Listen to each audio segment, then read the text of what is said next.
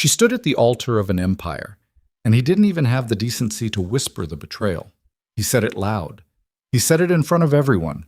The ring she'd worn for 3 years hit sacred stone like a verdict, and every noble in that hall held their breath waiting for her to break. They wanted tears. They wanted collapse. They wanted proof that a woman stripped of her title was nothing but wreckage. But Lady Seris Vaelor didn't give them a single damn thing they wanted. And that is where this story begins. Stay until the end. Like this if you felt that.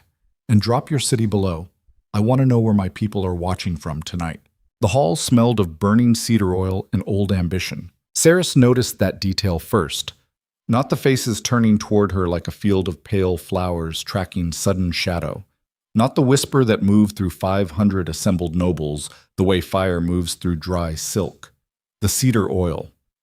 3 massive iron braziers flanking the ceremonial dais, each one pouring thin smoke toward a ceiling painted with the genealogy of the Draven line in silver and deep red. She had stood beneath that ceiling 100 times during the engagement preparations, and never once considered that the faces watching her union from 30 feet above her head might someday watch her humiliation instead. The engagement platform was carved from a single piece of black obsidian, quarried from the Kareth border ranges, and gifted to House Draven 3 generations back as tribute.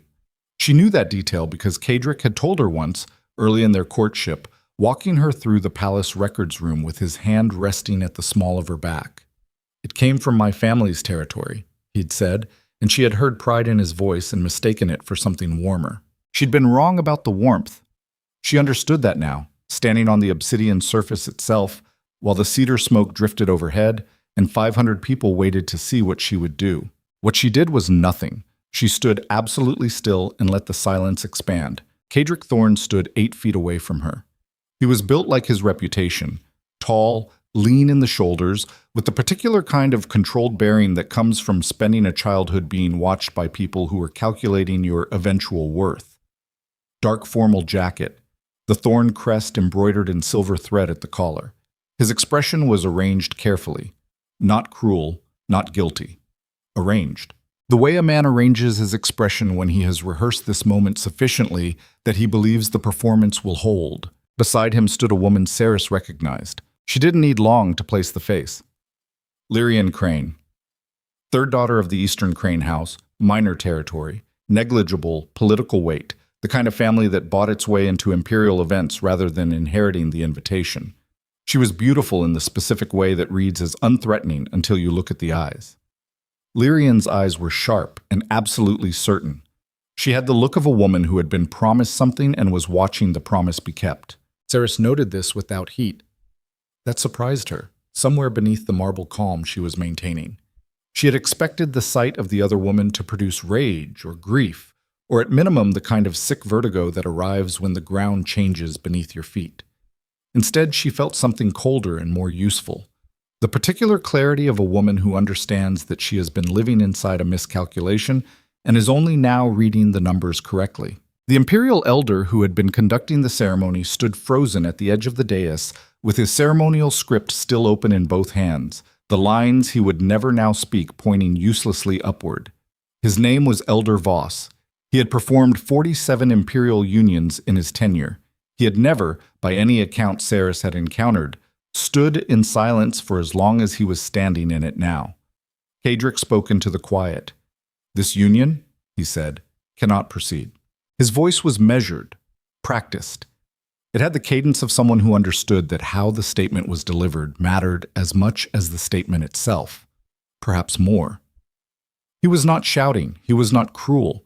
He was exercising the specific authority of a man who believes the room will ultimately accept whatever he chooses to do, because the room has always accepted what he chose before.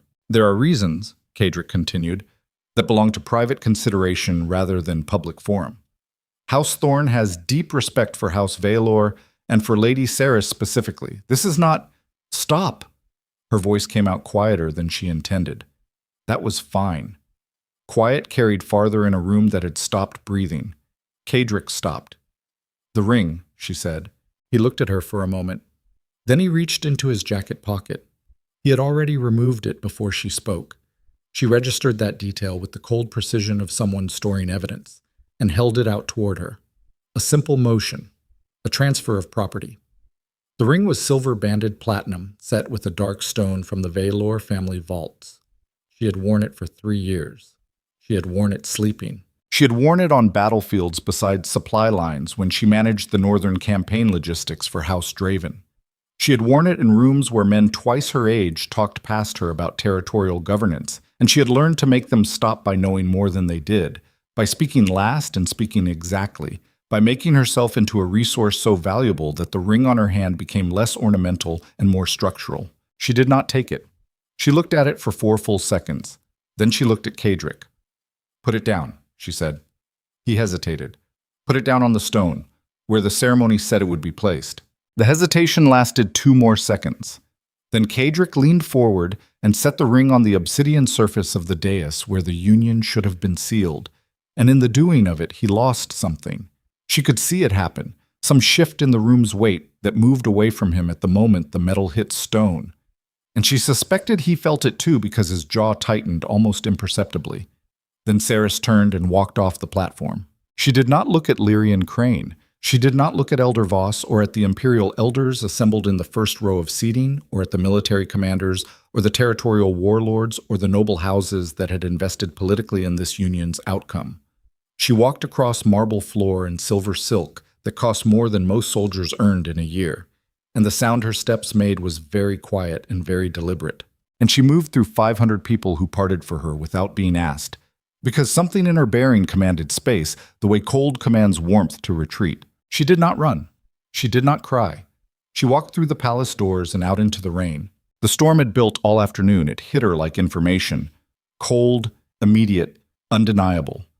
Imperial road obsidian is polished smooth by centuries of foot and cart traffic, and in heavy rain it becomes treacherous, dark glass sheeted with moving water that reflects lightning 3 beats behind thunder. She walked on it without slowing. The silk was ruined within 40 steps. Her hair collapsed from its formal arrangement and plastered itself to the back of her neck. The crown sigil she had worn for tonight's ceremony, silver, an emerald, the joined crest of thorn and Vaelor that had been fitted to her head 3 weeks ago by a court jeweler, was still in her hair. She reached up, unpinned it, and held it for a moment. Then she set it on the rain-wet top of a low boundary wall beside the road and kept walking. The capital at midnight in a storm had its own particular logic. Markets shuttered, gas lamp fires struggling behind glass shielding. The great avenues emptied of their usual traffic, leaving only the shape of an empire with its inhabitants pressed inside. Seris had spent 2 years in this city, learning its structure. She knew which routes were direct and which ones were watched and which ones ran between districts where no one asked questions about what they saw. She took the route she knew by the river embankment because the river sound covered footsteps, and the embankment walk had high stone walls on the city side that blocked the worst of the horizontal rain. She had been walking for 12 minutes when she heard steps behind her. Not carriage wheels. Not the particular metal sound of palace guards in formal boots. Footsteps. Single set. Not hurried. Steady. She did not change her pace. A woman who changes pace at the sound of pursuit has already communicated vulnerability. She kept her stride and her attention split between what was ahead of her and what was narrowing the distance behind, and her right hand moved to the river stone she kept in the side seam of every formal garment she owned, a habit from 3 years managing supply lines through contested northern territory, where dressed formally often meant dressed dangerously. "You forgot something." The voice came from closer than she expected, low, unhurried, no particular quality of raised volume. The rain should have made the words harder to carry, but they arrived with the clarity of someone who had learned to speak in ways that cut through noise. She stopped, not because the voice frightened her, because she recognized it. She turned. Alpha King. Draxion Vale stood 20 feet back on the embankment path. He was in dark military wool, not the formal court attire he had worn inside the hall. She registered that detail, which meant he had shed the formal jacket somewhere between the palace and here, either in haste or because he considered court attire insufficient to whatever this was. His shoulders were soaked dark. He was carrying nothing, no attendants, no guards in visible range. The rain moved around him the way rain moves around something that simply refuses to be diminished by it. She had seen him 3 times before tonight, twice at territorial summits where she had managed correspondence for the Thorn Vaelor negotiations. Once in the palace library at a strange hour when she had been reviewing boundary maps, and he had been doing something at the Eastern Records table that he didn't explain and she didn't ask about. He was the kind of man whose presence recalibrated a room without effort, the way a large stone recalibrates the path of a stream. Not through aggression, through mass. She had noted this without emotion and filed it as a practical observation. "My Lord Vale," she said. The title came out flat, not disrespectful, simply accurate. "You were walking fast," he said. "I was walking away from something." "What did you forget?" She looked at him for a moment. The rain was doing the same thing to him it was doing to her, thoroughly, without preference. "I don't follow." "You came out of that hall leaving everything behind," he said. He stepped forward 3 paces. Not toward her, laterally, toward the embankment wall, putting his back to it in a way that indicated he intended to stay for a while. "Your title, your political ground, 3 years of leverage in the imperial structure, all of it sitting back there on that dais with the ring." "I didn't forget those things," she said. "I discarded them." "No." He leaned back against the wet stone. His eyes were the kind of gray that reads darker than the color suggests, the result of an expression that was permanently calibrated toward assessment. "You left them. Discarded means you decided they had no value. You didn't decide that. You just refused to fight for them tonight." The distinction was precise enough to irritate her. That surprised her too. "You followed me out of the palace," she said, "in the middle of a storm, to semantics." "I followed you out of the palace," he said, "because what happened back there was a mistake that's going to have consequences, and you're the only person in that building who doesn't seem to understand how large those consequences are." "I understand very well. Cadric Thorn just handed the Northern Territories to whoever makes him the best offer in the next 48 hours. His voice didn't rise. It didn't need to. "Your engagement wasn't just a personal arrangement. You know that. You managed those negotiations. You know what the Thorn Vaelor alliance was actually securing in the eastern passes. Without it, 3 territorial governors who have been playing compliant for 2 years because they believe the succession was settled are going to start evaluating other options." She was quiet for a moment. The river moved below them, black water loud against the stone channel embankment. "You've been following the negotiations closely," she said. "I've been following you closely," he said. "The work you did on the Eastern Pass documentation, the way you restructured the supply routing to cut reliance on the Crane tributary roads." A pause. Someone with Crane interests standing next to Cadric tonight did not get there accidentally. The name landed differently from his mouth, more structural, less personal. It moved the thing she had just survived from the category of humiliation into the category of mechanism, and that shift was, she noticed it, not entirely unwelcome. "House Crane," she said slowly. "Third daughter. Minimal political value on her own. Maximum political value as an instrument of the house." His voice carried the particular flatness of someone who has spent enough time navigating imperial courts to have lost any remaining capacity to be surprised by what people will do for position. "The Eastern Rail contract your supply restructuring was going to eliminate runs through Crane territory. 400,000 imperial marks a year. Cadric's father built his personal reserves on that contract. Cadric built his assumptions about loyalty on that same foundation. Burs, ipots. Something cold settled into the base of her spine. Not fear. Retrospect. She had restructured those routes because they were inefficient. Because the Crane tributary roads were 2 days longer and the bridges were aging, and the cost-benefit analysis she had done by hand over 3 weeks of map work had shown clearly that an alternate route through the Keshet lowlands would save the Empire significant annual expenditure. She had presented the restructuring as financial optimization. She had never considered that Cadric's father was banking the eliminated contract. She had never been told to consider it. "He let me do that work," she said. "He watched you do it. He gave me access to the records." "He gave you access," Draxion said, "to information that would make you useful and information that would make you threatening, and then he watched which one you became." He looked at her with the specific expression of someone delivering a verdict rather than an opinion. "You became threatening. The supply restructuring was going to work, which meant the Crane contract was genuinely at risk. which meant whoever holds Crane interests had to make a decision about timeline. Seris stood in the rain and thought about 3 years, not the relationship, the work.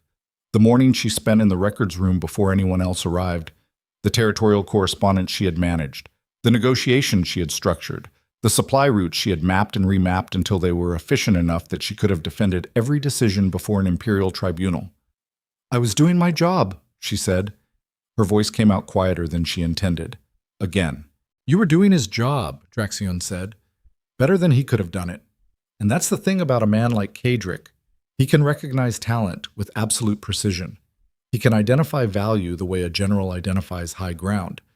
What he cannot do is tolerate that value once it stops being exclusively oriented toward his benefit." She looked at him. "You're not here to make me feel better," she said. "No. You're here because you want something." His expression didn't change. "I'm here because what happened tonight is a strategic event with significant territorial implications, and you are the most informed person in the Empire about the structural details of what Kadric just destabilized. And because a pause that had the weight of something considered and then chosen rather than arrived at accidentally, you're also the only person who walked out of that hall tonight who understood that what you lost was not actually a marriage." The rain drove sideways for a moment. She turned her face slightly to avoid it hitting her eyes. "What did I lose?" she said. "The scaffolding," he said. "You built a structure inside someone else's house. The house came apart. The scaffolding wasn't yours to keep." She said nothing. The river spoke underneath them. Thunder moved above the city at a distance, out toward the Kareth mountain ranges that existed on the dark western horizon as a wall of black that was slightly darker than the storm sky. "That's a brutal way to frame it," she said. "The framing is accurate. You're saying 3 years of work meant nothing. I'm saying 3 years of work built something real." He pushed off the wall and stood upright in the rain, and she was reminded again of the stone and stream quality of his presence, the way space seemed to settle more deliberately around him when he moved. "The work is real. The competence is real. What wasn't real was the assumption that the work was yours to deploy freely inside a structure that was never designed to accommodate a woman who operated at that level." She felt something shift in her chest. Not grief. Something more structural. The particular sensation of a foundational assumption being examined with better tools than the ones available when the assumption was originally made. "He was never going to let me actually run the Eastern Pass restructuring," she said. Not a question. "He was never going to let you be credited with it," Draxion said. "There's a difference. The work would have been implemented, under his name, with your methodology stripped from the documentation. He would have presented it to the Imperial Council as his own strategic development, and you would have understood that was how it worked, and you would have accepted it because the alternative was losing your position entirely, because that's what the structure required." The statement landed with the particular weight of something that had been true for a long time and was only now being said aloud. She had known it. She had not called it by its name. "Compromise," she said. "Permission," he said. "There's a difference. Compromise is mutual. What you were practicing was a slow negotiation with your own capacity, deciding repeatedly how much of what you could do you were willing to conceal in order to remain useful enough to stay." He looked at her directly. "That's not compromise. That's a tax. And you paid it every single day for 3 years." Seris Vaelor had been trained from childhood in the specific discipline of not revealing interiority in public settings. Her mother had understood that a woman in imperial politics who let her face say what her mind was thinking would be managed by everyone in the room. She had practiced the neutral expression the way other children practiced blade work, with deliberate repetition and increasing refinement. She was very good at it. She was good at it right now, but something behind her eyes was moving that she did not entirely control. "Why are you telling me this?" she said. Her voice was even. "Because the version of tonight you're currently carrying, he said, is a story about betrayal. And betrayal is survivable, but it reduces you. It makes the last 3 years about what he did to you." He paused. "The accurate version of tonight is a story about the last 3 years being a structural problem that had a structural resolution." He was the resolution. It was abrupt, and it was public. And it was designed to minimize your capacity to respond because he knew what your response would be worth. But it was a structure ending, not a wound. She looked at him for a long time. The rain hadn't stopped. It had, if anything, intensified, the kind of mountain storm that builds through midnight and peaks before dawn. "You don't know me," she said. "I've read everything you've written in an official capacity for the last 2 years," he said. "Treaty correspondence, supply analysis, territorial boundary documentation, the Eastern Pass report that you completed in 6 weeks that should have taken a committee 6 months. Something moved across his expression that was not quite a smile and was not quite not one.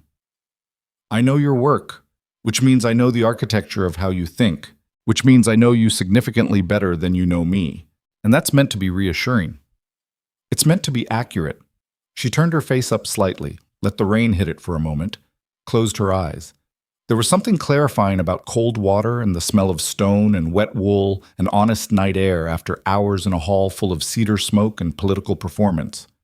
When she opened her eyes, she said, "You said I left things behind that I'll need." "Yes."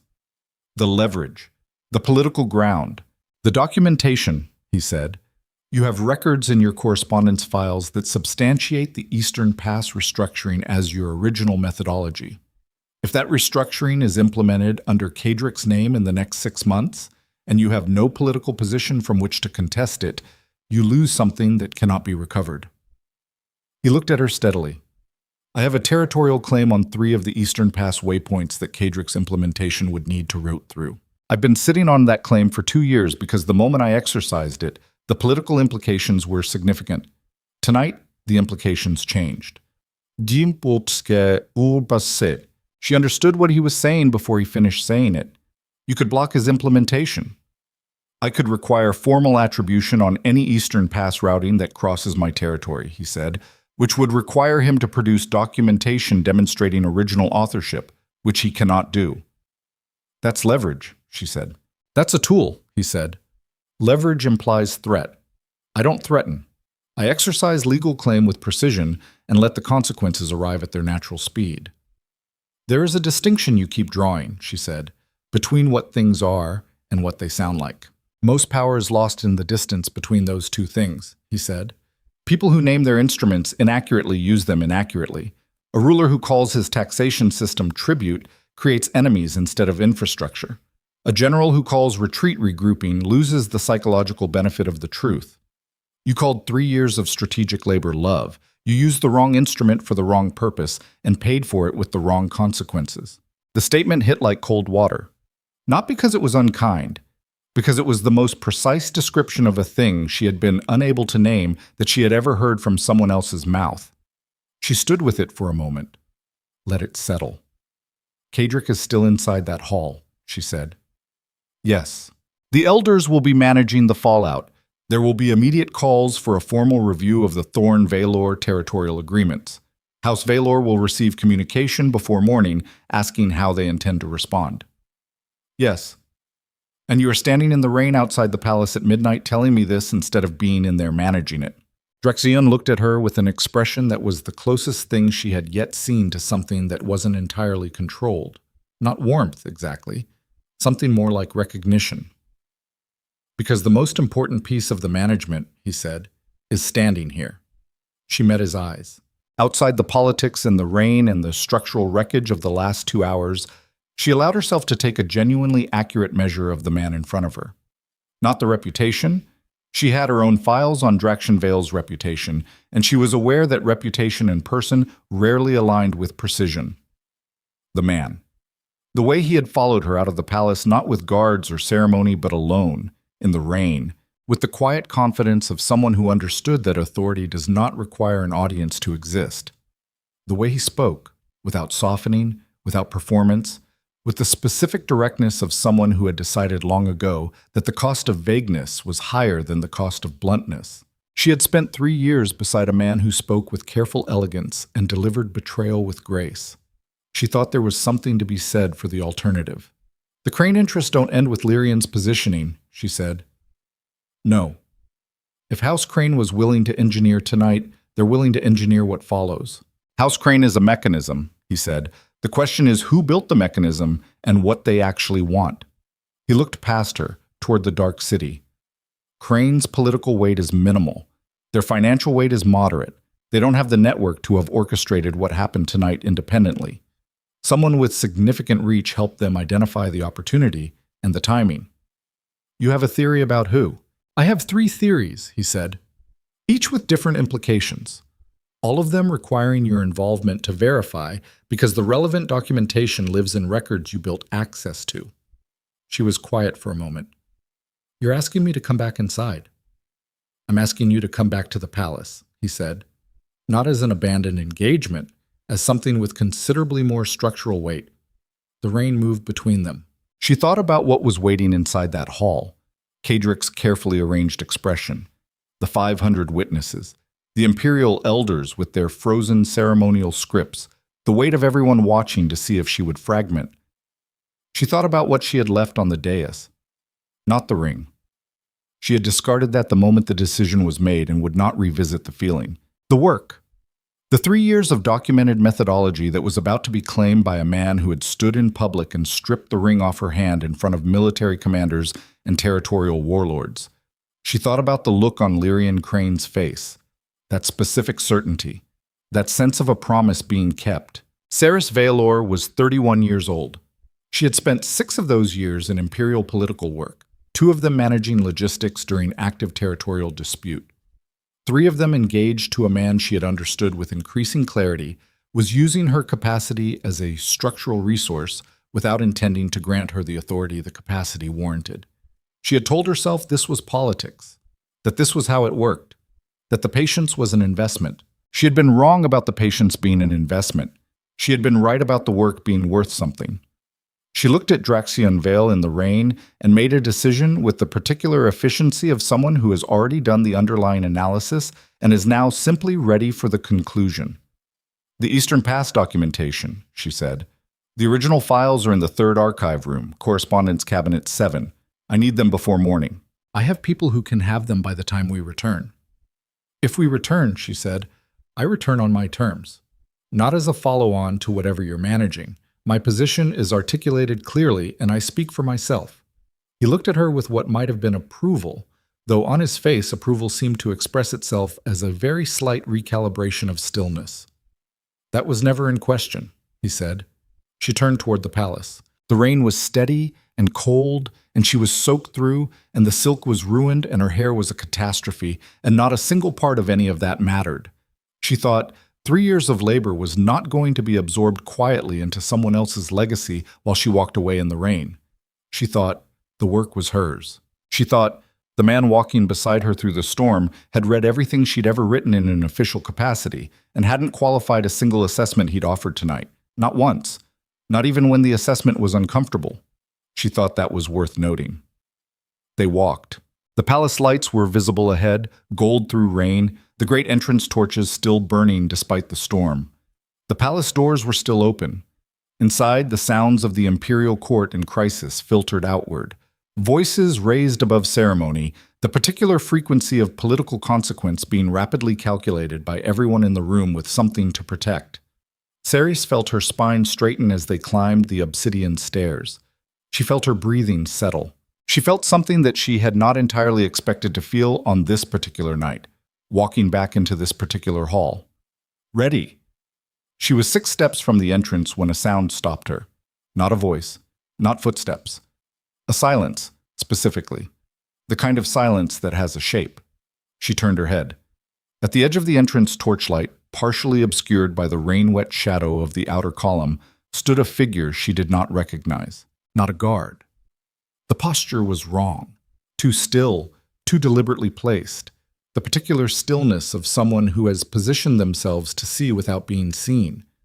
The figure was looking not at her, not at Draxion. The figure was looking at the 3rd archive room window visible on the eastern palace wing. Seris stopped walking. Draxion, half a step ahead, registered her stop within 1 beat and turned. She said nothing. She tilted her head very slightly toward the column shadow. He looked. She watched his expression process what he saw. Something changed in it that she had not seen change before. Not alarm. Not quite. Something older. Something that had the specific quality of a general recognizing, in the middle of a routine campaign, that the terrain has shifted in a way that rewrites the battle. "The documentation," she said quietly. "Your people, I sent them 12 minutes ago," he said, and his voice had lost something, some quality of the measured control she had been listening to through the whole rain walk, replaced by a speed that told her more than the words did. She looked at the figure in the shadow. She looked at the archive room window. She understood what the figure was watching for. And then, with the particular horror of someone whose analysis has just caught up to the event already in progress, she understood something else. Whoever had positioned Lyrian Crane beside Cadric Thorne tonight, whoever had engineered the timing, the public venue, the political maximization of her removal, they had not done it to end her position. They had done it to empty the room. They had needed her out of the building. They had needed everyone's attention in the banquet hall. And while 500 people watched the ring hit sacred stone, someone had been moving through the eastern wing of House Draven's imperial palace with access to records that should not have been accessible to anyone outside the Seris Vaelor engagement structure. Seris took one step toward the column shadow. The figure turned. Even at this distance, in rain and torchlight, she caught one clear detail. A ring. On the right hand, not silver, not platinum, crane gold. Seris took 2 more steps toward the column shadow, and the figure moved. Not ran, moved. The distinction mattered because running was panic and this was something else. The controlled withdrawal of someone who had a route planned before they arrived, who had positioned themselves knowing that discovery was a possibility and had accounted for it. The figure stepped back into the deeper shadow between the outer columns, and for 3 seconds Seris tracked the specific quality of that movement with the analytical part of her mind that had never entirely stopped running assessments even on the worst night of her life. Trained. Not a house servant who stumbled into the wrong position, not a guard who had wandered off post. Someone who moved through imperial grounds the way water moves through an established channel. Without resistance, without hesitation, because the path had been mapped in advance. Dracian was already moving. He moved without announcing it, without the particular noise of someone who needs the people around them to register that action is being taken. He crossed the 6 feet between his position and the column edge with the efficient speed of a man whose physical training had long since made urgency indistinguishable from stillness, both states equally controlled, equally deliberate. He reached the column edge. The figure was gone, not into the palace. The palace entrance was still visible from where Seris stood, and nothing had moved through it. Gone into the side passage that ran between the outer colonnade and the eastern palace wall, a maintenance corridor she knew existed because she had walked it twice during the engagement preparations, checking egress routes the way she checked everything, methodically, without being asked, because the habit of knowing what was adjacent to where she was standing had saved her from disadvantage more than once. She crossed to him. "Eastern Maintenance Passage," she said. "It connects to the archive wing service entrance from the north side. If they go right from the passage junction, they reach the service stairs in 4 minutes at a walk." He looked at her. "How do you know that?" "I walked every corridor in this palace when the engagement was formalized," she said. "I mapped every archive room access point within the first month. Old habit." Something moved across his face. Not surprise. She was beginning to understand that surprise was not a common condition for this particular man, something more like recalibration. The specific expression of someone updating a model. "You don't have guards on the documentation already," she said. Not an accusation, an assessment. "My people went in through the main archive entrance," he said. "I sent them to retrieve, not to secure." "Then we have less time than the walk was worth." He held her gaze for 1 beat. Then he turned back toward the palace entrance and moved through it, and she was beside him. The transition from rain to palace interior hit like a change in atmosphere. Warm air, cedar smoke, the residual heat of 500 bodies and too many torches. The banquet hall was still audible from the main corridor, the sounds of controlled imperial chaos leaking through the ceremonial doors. Voices. The particular cadence of political negotiation conducted at volume. She caught fragments as they passed, territorial boundary language, succession terminology. House Vaelor mentioned twice in the same sentence with the kind of specificity that told her the Elder Council was already beginning to process the structural implications of what Cadric had dismantled. She kept moving. The Eastern Archive corridor was 3 turns from the main entrance. She took the first turn before Dracian did, which earned her a glance she felt rather than saw.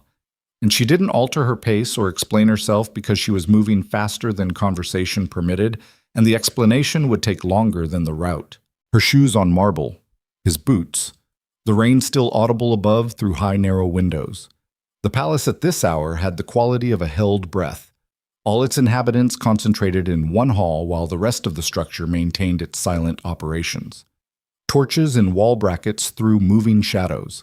She counted doors and turns from memory without breaking stride. She turned the second corner and stopped.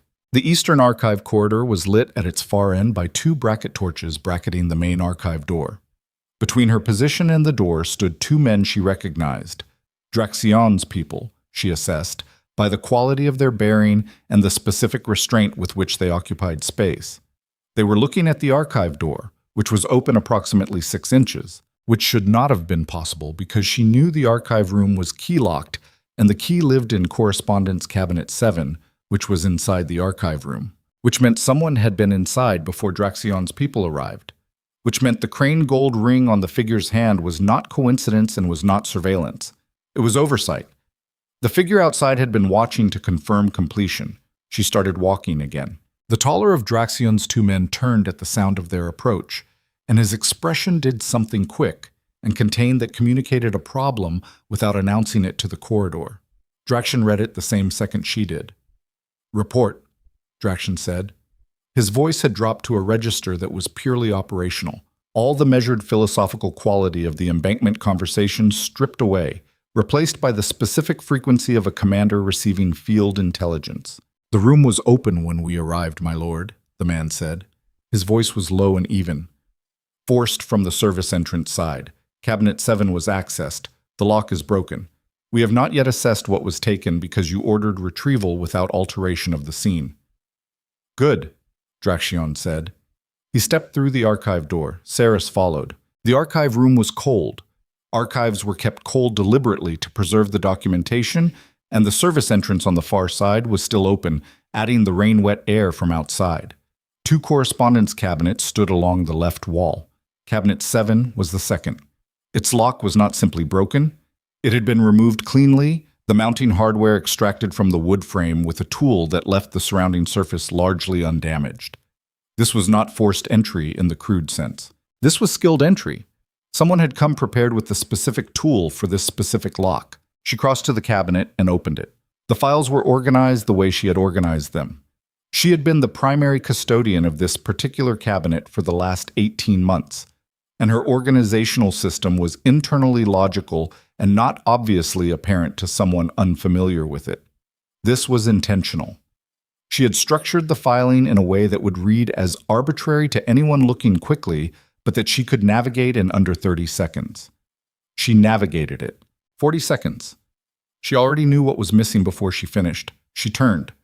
Draxion was watching her. His 2 men were at the service entrance. "The Eastern Pass methodology documentation," she said.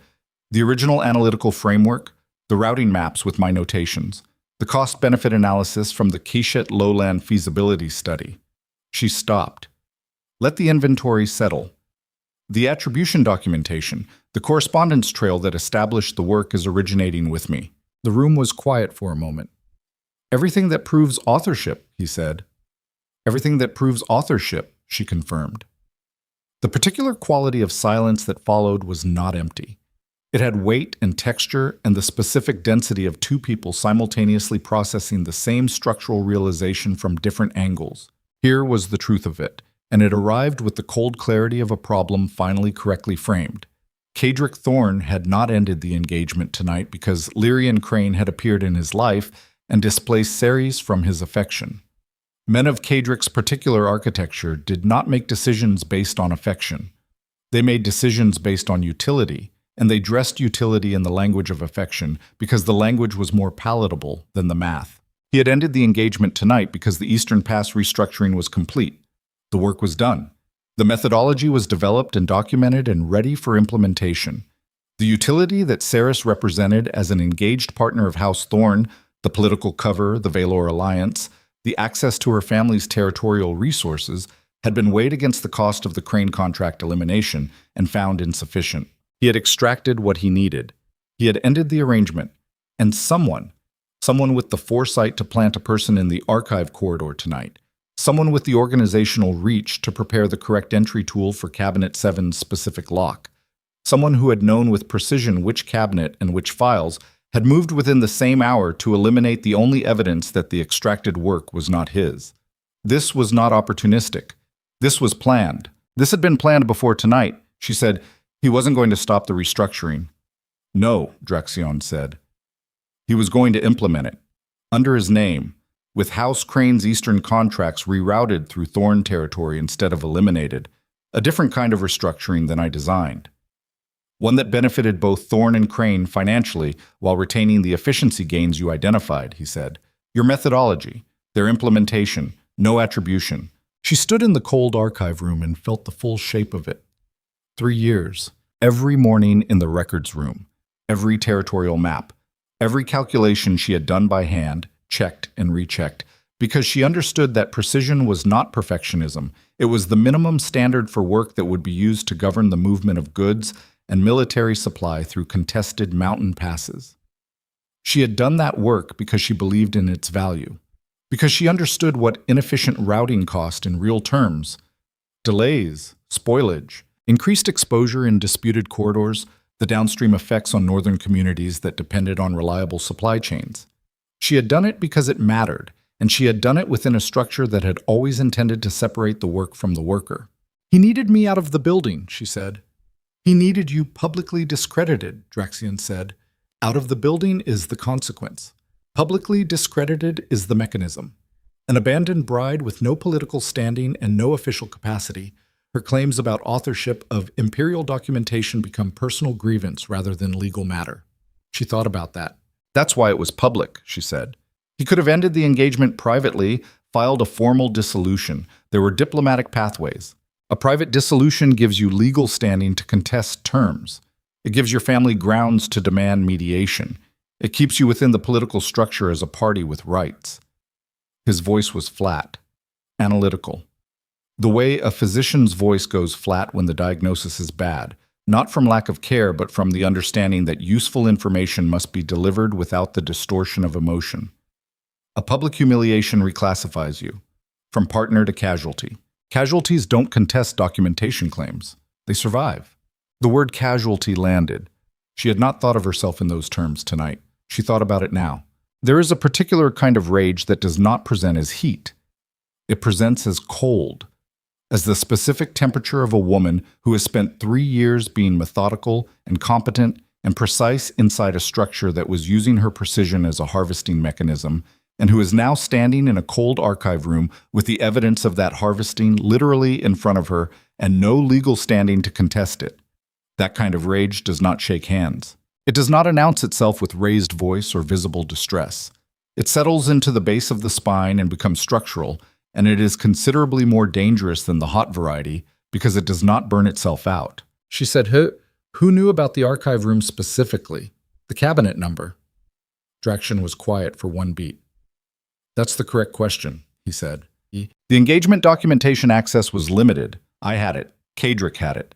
Elder Voss had oversight clearance. 3 Draven House staff had operational access. She moved to the service entrance and looked at the lock mechanism on this side. Same careful work, same specific tool marks. None of the Crane family had access to this room under any legitimate arrangement. No. Which means either someone with legitimate access provided the information, or someone accessed the access records, he said. There's a secondary route. The Palace Administrative Office maintains a master index of all correspondence cabinet assignments with key holder notations. It's a bureaucratic document, routine, maintained for inventory purposes. It's not classified. It's not guarded with the same priority as the documentation itself. She understood. Someone read the administrative index and identified the cabinet, which requires palace administrative access rather than archive access, a significantly larger population. She turned from the service entrance and looked at him directly. You're telling me this could have been an inside operation at any level of the palace staff? I'm telling you the method was designed to be untraceable back to Kadric specifically, he said. The entry tool, the access route, the timing, it all points to Crane interests. It's designed to point to Crane interests. If this comes to light, Kadric's exposure is minimal. He can reasonably claim ignorance of what a Crane family operative did independently on a night when everyone's attention was in the banquet hall. She looked at him. "You anticipated this," she said. He did not answer immediately. She read the non-answer with precision. "You didn't just follow me out of the palace because of the territorial implications," she said. "You sent your people to the archive before you came after me." "Yes." "Which means you anticipated the archive would be accessed." "I assessed it as a significant probability," he said. "The Eastern Pass documentation has been the most strategically valuable piece of unreleased imperial work for 18 months. If I were managing Kydrick's position, tonight would be the obvious window. Every senior operative in the palace is focused on the banquet hall. The administrative staff is working the ceremony. Archive security is on standard routine." Something moved through her. Not anger at him. Something more complex. "You could have told me," she said. "I could have told you in the embankment conversation that I believed the archive was being accessed while we stood in the rain discussing your 3 years of labor," he said. "Would that have been useful?" She thought about it with honest precision. "No," she said. "I would have run directly here and arrived alone." "Yes." "And whoever was in this room would have encountered me without backup." "Yes." "That's why you made the walk take as long as it took." "The walk was also exactly what it appeared to be," he said. Both things were true simultaneously. She processed this. Here was the thing about Draxion Vale that she was beginning to understand with the same methodical precision she brought to supply routing and territorial maps. He operated in layers. Not deceptively, she made that distinction clearly in her own assessment and found it mattered. The embankment conversation had been genuine. His analysis had been real. His offer had been real. And simultaneously, it had been managed, paced, structured to arrive at the palace at the moment when the retrieval was complete and the threat had been introduced into the system without yet being confronted. This was not manipulation. This was the architecture of a man who thought 3 moves ahead as a baseline function and did not consider it unusual because he had never known how to think any other way. She found that she was not disturbed by it. She found that she was, with considerable caution, filing it under relevant data. "The documentation is gone," she said. "What's left?" "The methodology exists in your memory," he said. "Memory doesn't constitute legal documentation." "No. But it constitutes the capacity to reproduce the work. And reproduction under witness circumstances with a new timestamp creates a contested authorship situation rather than a clean theft." He crossed to the empty cabinet and looked at the space where the files had been. Kydrick needs the documentation to be unchallenged. If there's a contested version in circulation before he can implement the restructuring, the entire project stalls pending attribution review. An attribution review under imperial administrative law requires both parties to present evidence before the Territorial Governance Council. She saw where this went, and a Territorial Governance Council review gives me legal standing. As the party contesting the attribution, yes. I have no political position to file from. "You have a family name," he said. "House Vaelor can file on your behalf. The family standing is intact. You were not the party who broke the engagement under public terms. Kydrick bears the social liability for tonight. Your family's territorial rights and legal standing are unaffected. My family will want to know what I'm asking them to do before they do it," she said, "and what it costs them." "Yes, that conversation needs to happen before morning." She looked at him. "You've thought about this considerably," she said. "I've been thinking about it for approximately 6 weeks," he said. "Since the point at which the Eastern Pass documentation reached a stage of completion where its strategic value became definitively significant." The statement landed in the cold room with the particular weight of something that changes the shape of the conversation retroactively. 6 weeks. He had been tracking this for 6 weeks. She assembled the implication rapidly and precisely because she was someone who assembled implications rapidly and precisely.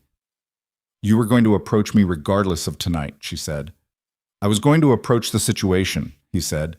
"Tonight accelerated the timeline considerably. But the approach was already planned. The necessity was already identified," he said. "The specific approach depended on variables I couldn't predict." "What variables?" He looked at her with the expression she was beginning to associate with his version of candor. Not soft, not apologetic, but completely direct in the way that only men who have made peace with the discomfort of honesty tend to be. Whether you were the kind of person who could be approached directly, he said, or whether the structure had changed you into something that required an intermediary. The statement was not flattering in the comfortable sense. It was specific in the way that accurate assessment is specific. He had been watching to determine whether 3 years inside Cadric Thorne's political structure had eroded her into someone who needed the information delivered carefully and indirectly, or whether she was still capable of receiving reality at full strength and doing something useful with it. He had apparently determined the answer at some point. She thought she knew at which point. The Eastern Pass report, she said, 6 weeks ago. The methodology in the final section, he said, the one that proposed accounting for mountain weather pattern variables in routing decisions using a 15-year historical model. That section wasn't in any of the preliminary drafts. You added it in the final 2 weeks. It added significant complexity and significant accuracy. No one asked you for it. It was necessary, she said. It was voluntary precision, he said. That is not a quality that institutions produce. Institutions produce sufficient precision. What you did in that report was the work of someone who cares about the outcome for its own sake. That told me what I needed to know. She stood in the cold room for a moment. The rain was still audible through the service entrance. The distant sound of the banquet hall had shifted, quieter, which indicated either that the initial crisis response was calming into negotiation or that the conversations had moved into smaller rooms where they could be conducted with less volume and more consequence. She made a decision. Not the first one of the night. She had made several. But this one had a different quality than the others because the others had been reactive, structured around what had already happened, navigating wreckage. This one was oriented forward. I need paper, she said. Whatever is left in this cabinet. Drexian nodded once to his taller man who produced a leather document sleeve from inside his jacket. She took it, opened it. Clean correspondence paper, imperial grade, with the administrative watermark. 3 sheets. She would need more than 3, but 3 was a start. I'm going to begin reconstructing the methodology from memory tonight, she said. Here, before we go back into that hall. Because whatever happens in the next 4 hours in the banquet hall is going to move faster than the reconstruction can, and I want witness documentation of at least the foundational analytical framework in place before Kaedric or anyone connected to him can claim they implemented it first. Drexian said nothing for a moment. Then he said, that will take the rest of the night. Yes. You understand what walking back into that hall looks like if we delay. I understand what not walking back into that hall looks like if the documentation is contested without a witnessed version of my methodology in existence, she said. The political optics of the delay are a recoverable problem. Losing the attribution entirely is not recoverable. He held her gaze. Something moved in it. Not approval in the simple sense, something more structural than approval. The particular expression of a man who has formed an assessment and is watching the evidence confirm it and finding that confirmation carries more weight than he entirely anticipated. 2 of my men will witness, he said. I'll go back into the hall. Go, she said. She was already opening the first sheet of correspondence paper. He didn't move immediately. She looked up.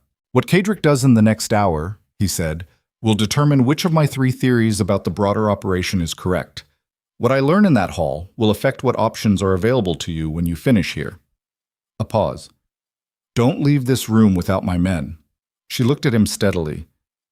I wasn't planning to, she said. He held her gaze for one more beat. Then he turned and walked out of the archive room, and his footsteps on the corridor marble faded quickly in the way of a man who moves with genuine purpose rather than performed urgency. She sat down at the archive table in the cold room with the rain coming through the open service entrance and the cedar smoke long since replaced by night air. And she put the first sheet of paper in front of her and picked up the writing instrument his man provided, and she began. The methodology came back in the specific way that genuinely absorbed work always comes back, not as a conscious recitation, but as a restoration. The way a musician who has played a piece 10,000 times does not remember it so much as become it again.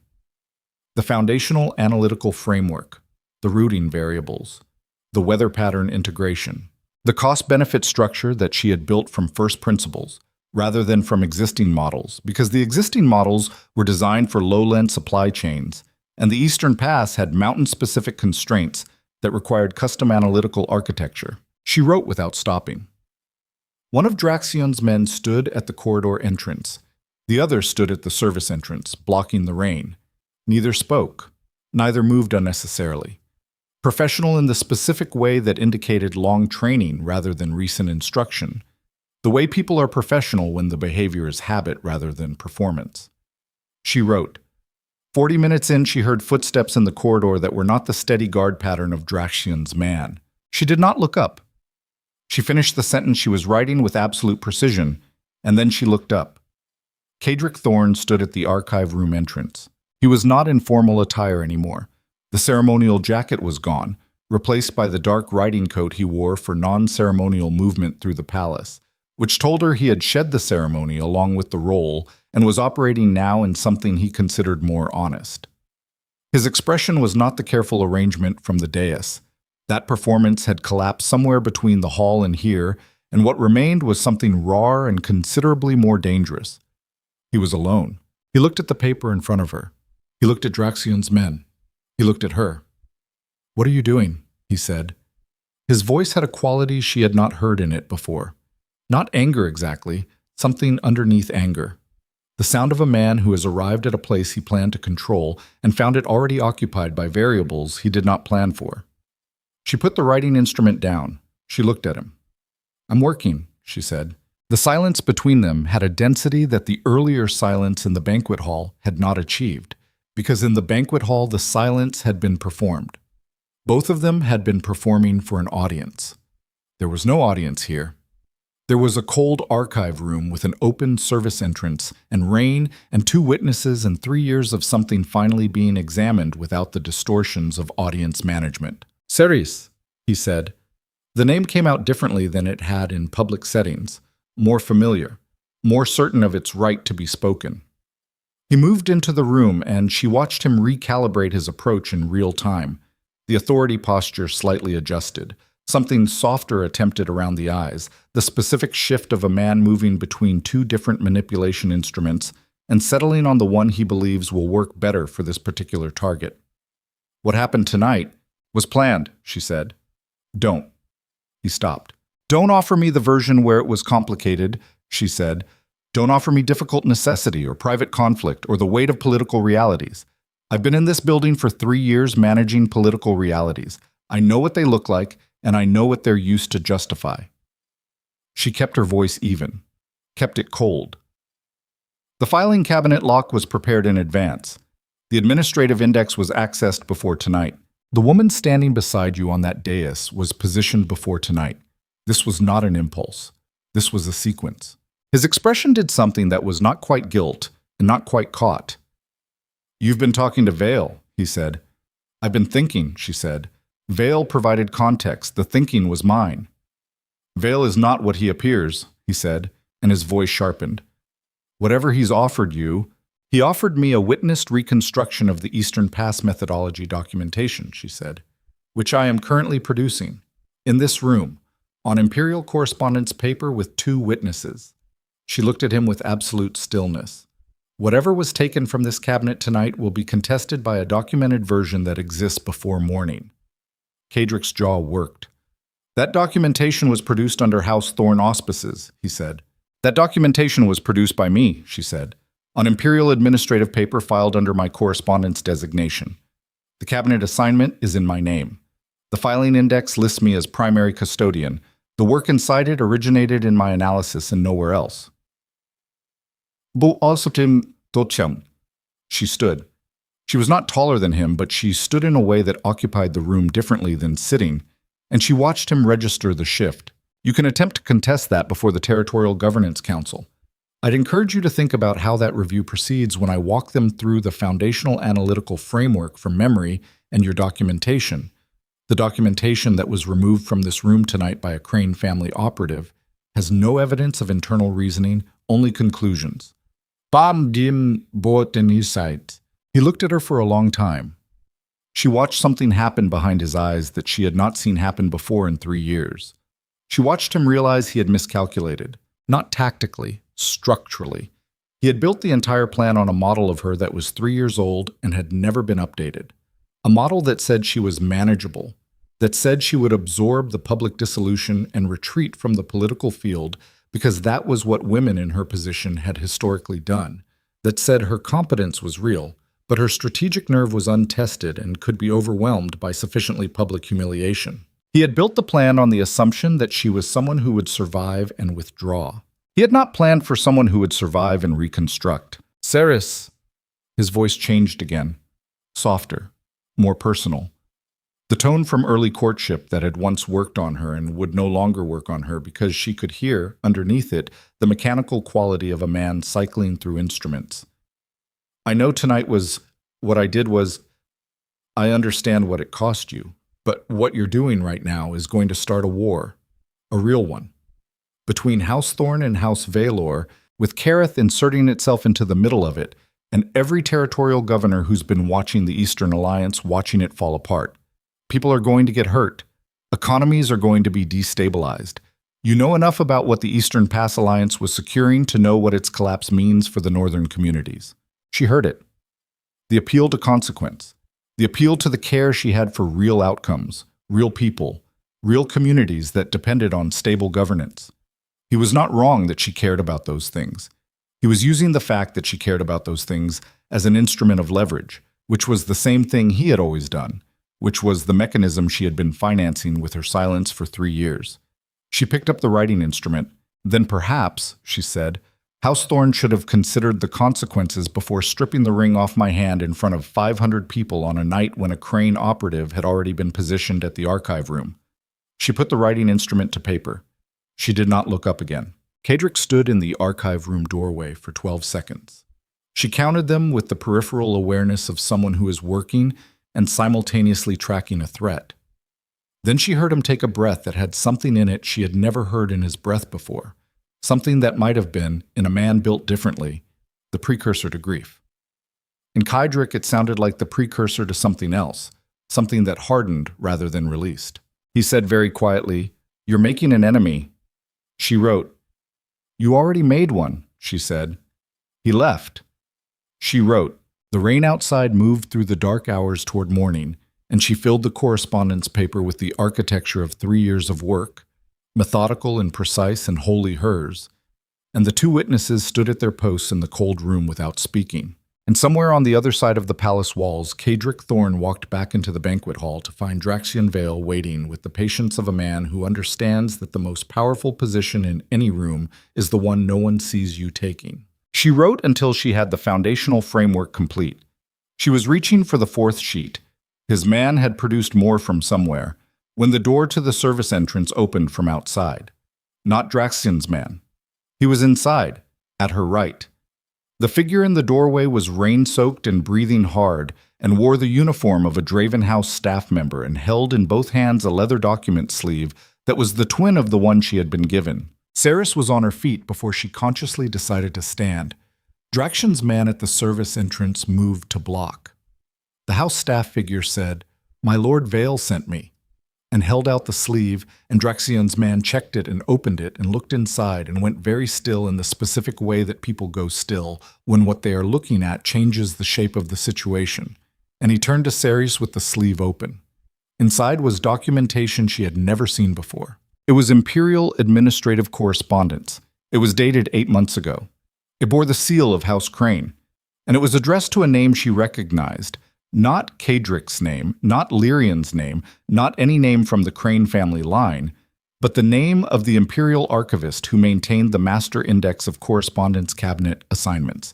The document was a payment record. It was a payment for services rendered in information provision, described in the administrative language that palace bureaucracy used for everything, clean and bland and absolutely damning in its specificity, dated to a point 8 months before tonight. 8 months before tonight, someone had paid for access to the cabinet index. 8 months before tonight, someone had known which cabinet held the Eastern Pass documentation and who held the key. 8 months before tonight, tonight had been planned. She looked at the document. She thought about every morning she had spent in the records room. She thought about every decision she had made about what to prioritize, what to complete first, what to name the files, how to organize the attribution trail. She thought about the woman with the Crane gold ring watching the archive window. She thought about Kadric's voice in the corridor. making an enemy. She put the document down and looked at Draxian's man and said, "Where is Lord Vale now?" "In the banquet hall, my lady. He sent this the moment it was verified." "And the archivist who received this payment?" A pause. "That," the man said carefully, "is what my lord is currently addressing in the banquet hall." She looked at the document for one more second. 8 months. She picked up the writing instrument and put it back down again because what she needed right now was not more reconstruction. What she needed was the banquet hall. She stood up from the archive table. She straightened the correspondence paper she had been working on and placed it in the document sleeve with the payment record. And she held the sleeve in her left hand and she looked at the service entrance still open to the rain, and she felt the cold air on her face, and she breathed it in once and let it sharpen everything. She turned to Draxian's man at the corridor entrance. "Take me to the hall," she said.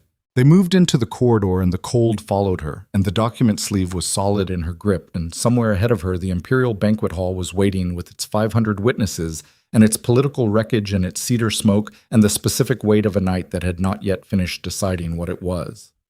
But she already knew what it was. She had known since the archive cabinet. This had never been about Cadric Thorne.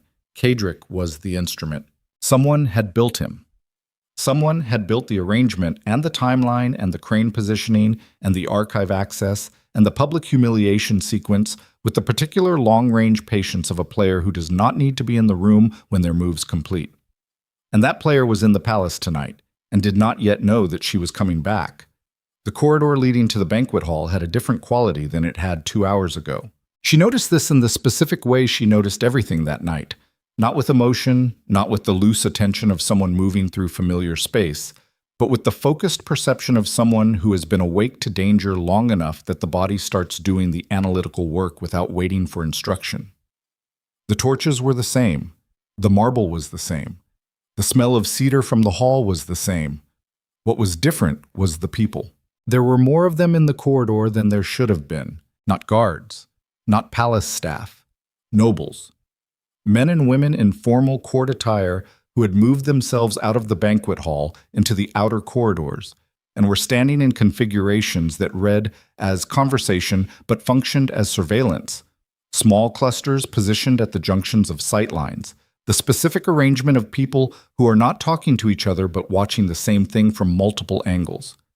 She had seen this pattern before, not at imperial events. In the northern supply disputes, when 2 territorial governors were 3 days from open conflict, and everyone in the administrative structure knew it and was positioning themselves to be visible to whichever side won, the palace was choosing sides. It was doing it quietly and with the unhurried efficiency of a system that had experienced enough political upheaval to have developed protocols for it. The noble houses were not panicking. They were calculating. Every conversation she passed was some version of the same underlying transaction. 2 parties assessing each other's assessment of the current liability distribution and deciding how to align. She walked through it with the document sleeve in her left hand and Draxian's man at her shoulder, and her face composed in the expression her mother had trained into her, the one that said nothing and cost nothing and gave no opponent the gift of readable distress. She was 20 feet from the banquet hall doors when she heard his voice, not Cadric's voice. She had calibrated for Cadric's voice, had known, with the analytical certainty of someone who has thought through the relevant variables, that Cadric would attempt to intercept her before she reached the hall, because Cadric would have been told by someone that she was returning, and he would have assessed her return as a threat requiring management. She was prepared for Cadric. The voice she heard was not Cadric's, it was Elder Voss. He was standing at the corridor junction to her left, not in conversation, not positioned for surveillance. Standing alone, which was unusual for a man of his institutional standing at a function like this, and looking at her with the expression of a man who has been waiting specifically for her and is finding the wait's conclusion more complicated than the waiting.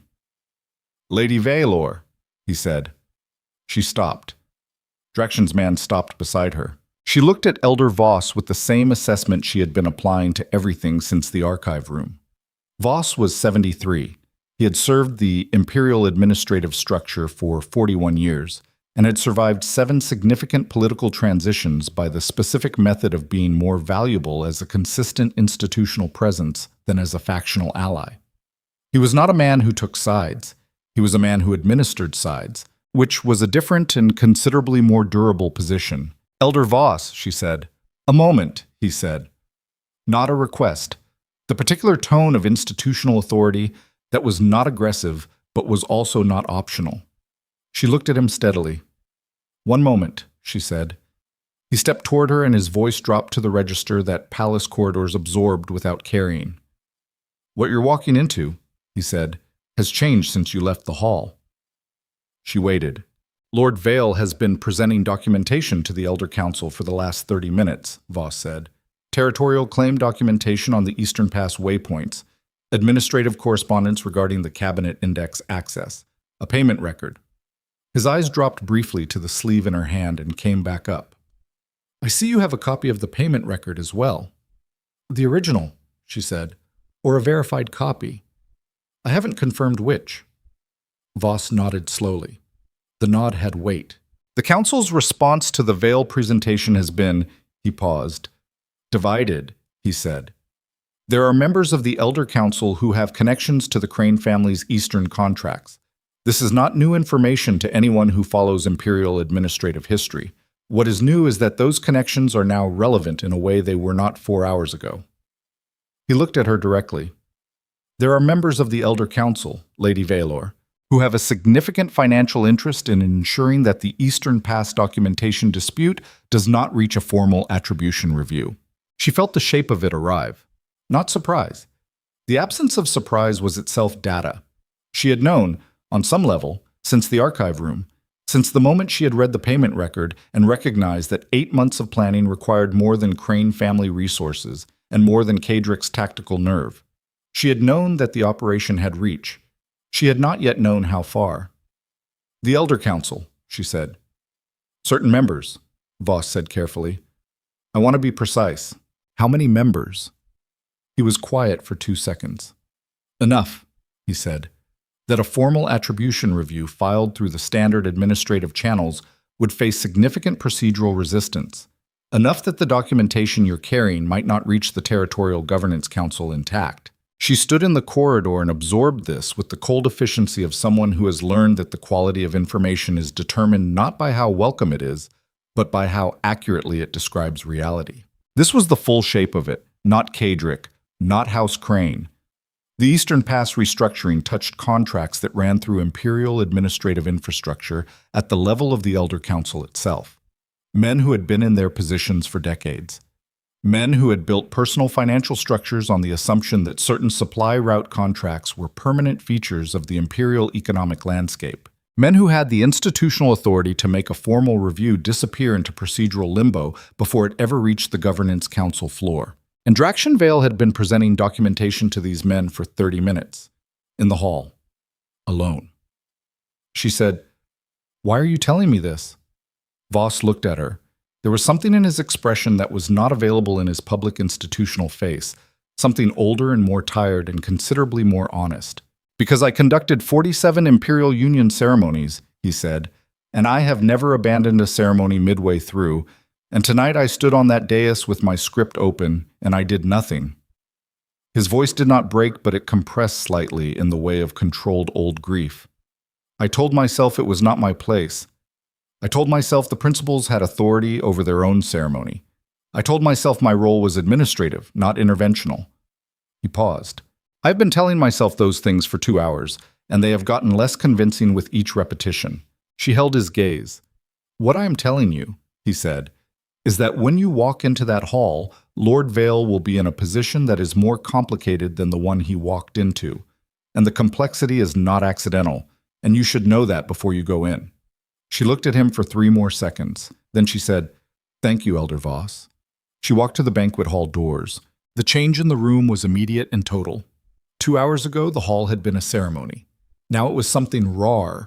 The ceremony stripped away, and the underlying structure exposed, the way a building looks after the decorative facade is removed, and what remains is load-bearing walls and the honest geometry of function. The formal seating arrangement had dissolved. Nobles stood in configurations that mapped the new political alignments with the unsentimental accuracy of people who have been doing this long enough to move into position without conscious decision. The Elder Council had reassembled near the ceremonial dais, 7 men in the gray formal robes of imperial administrative authority. Kadric stood 30 feet to the left of the dais, with 2 men she recognized as Thornhouse senior advisors, his posture the carefully maintained composure of someone managing significant internal pressure. And Draxian Vale stood before the Elder Council. She read the scene in the 3 seconds before she was noticed. Draxian's posture was the military stillness she had catalogued on the embankment, controlled, grounded, utterly without performance. But something about the configuration around him was wrong. The Elder Council members were not in the arrangement of men receiving a presentation. They were in the arrangement of men who have already received a presentation and are now conducting something else. 3 of the 7 were not looking at Draxian. They were looking at the documents on the table in front of them, with the specific quality of people who are constructing a response rather than processing information. Constructing, not responding. The distinction was critical. The moment she stepped through the doors, the room registered her. Not all at once. In waves, the way awareness moves through a crowd. The people nearest the entrance first, then the ripple outward as attention followed attention, until the configuration of the entire hall had shifted to acknowledge her presence. She felt it without looking at it. She kept her eyes on Draxian. He turned. He had heard the shift before he saw it, and he turned with the efficiency of someone whose situational awareness operated faster than conscious decision. He saw her. He saw the document sleeve. He saw her face. Something moved in his expression. She could not precisely name it, but she filed it under important. He said, loud enough for the relevant space, "Lady Vaelor." Not a greeting, a positioning statement. He was telling the room that she was here with intentionality, not stumbling in from outside, not arriving as casualty, but as party. She crossed the hall toward him. The Elder Council watched her approach. She assessed each face as she covered the distance. 7 men, 40-plus years of institutional history between them, the specific expressions of people managing competing loyalties under public scrutiny. 2 of them she recognized as having direct family connections to the Eastern Supply Corridor territories.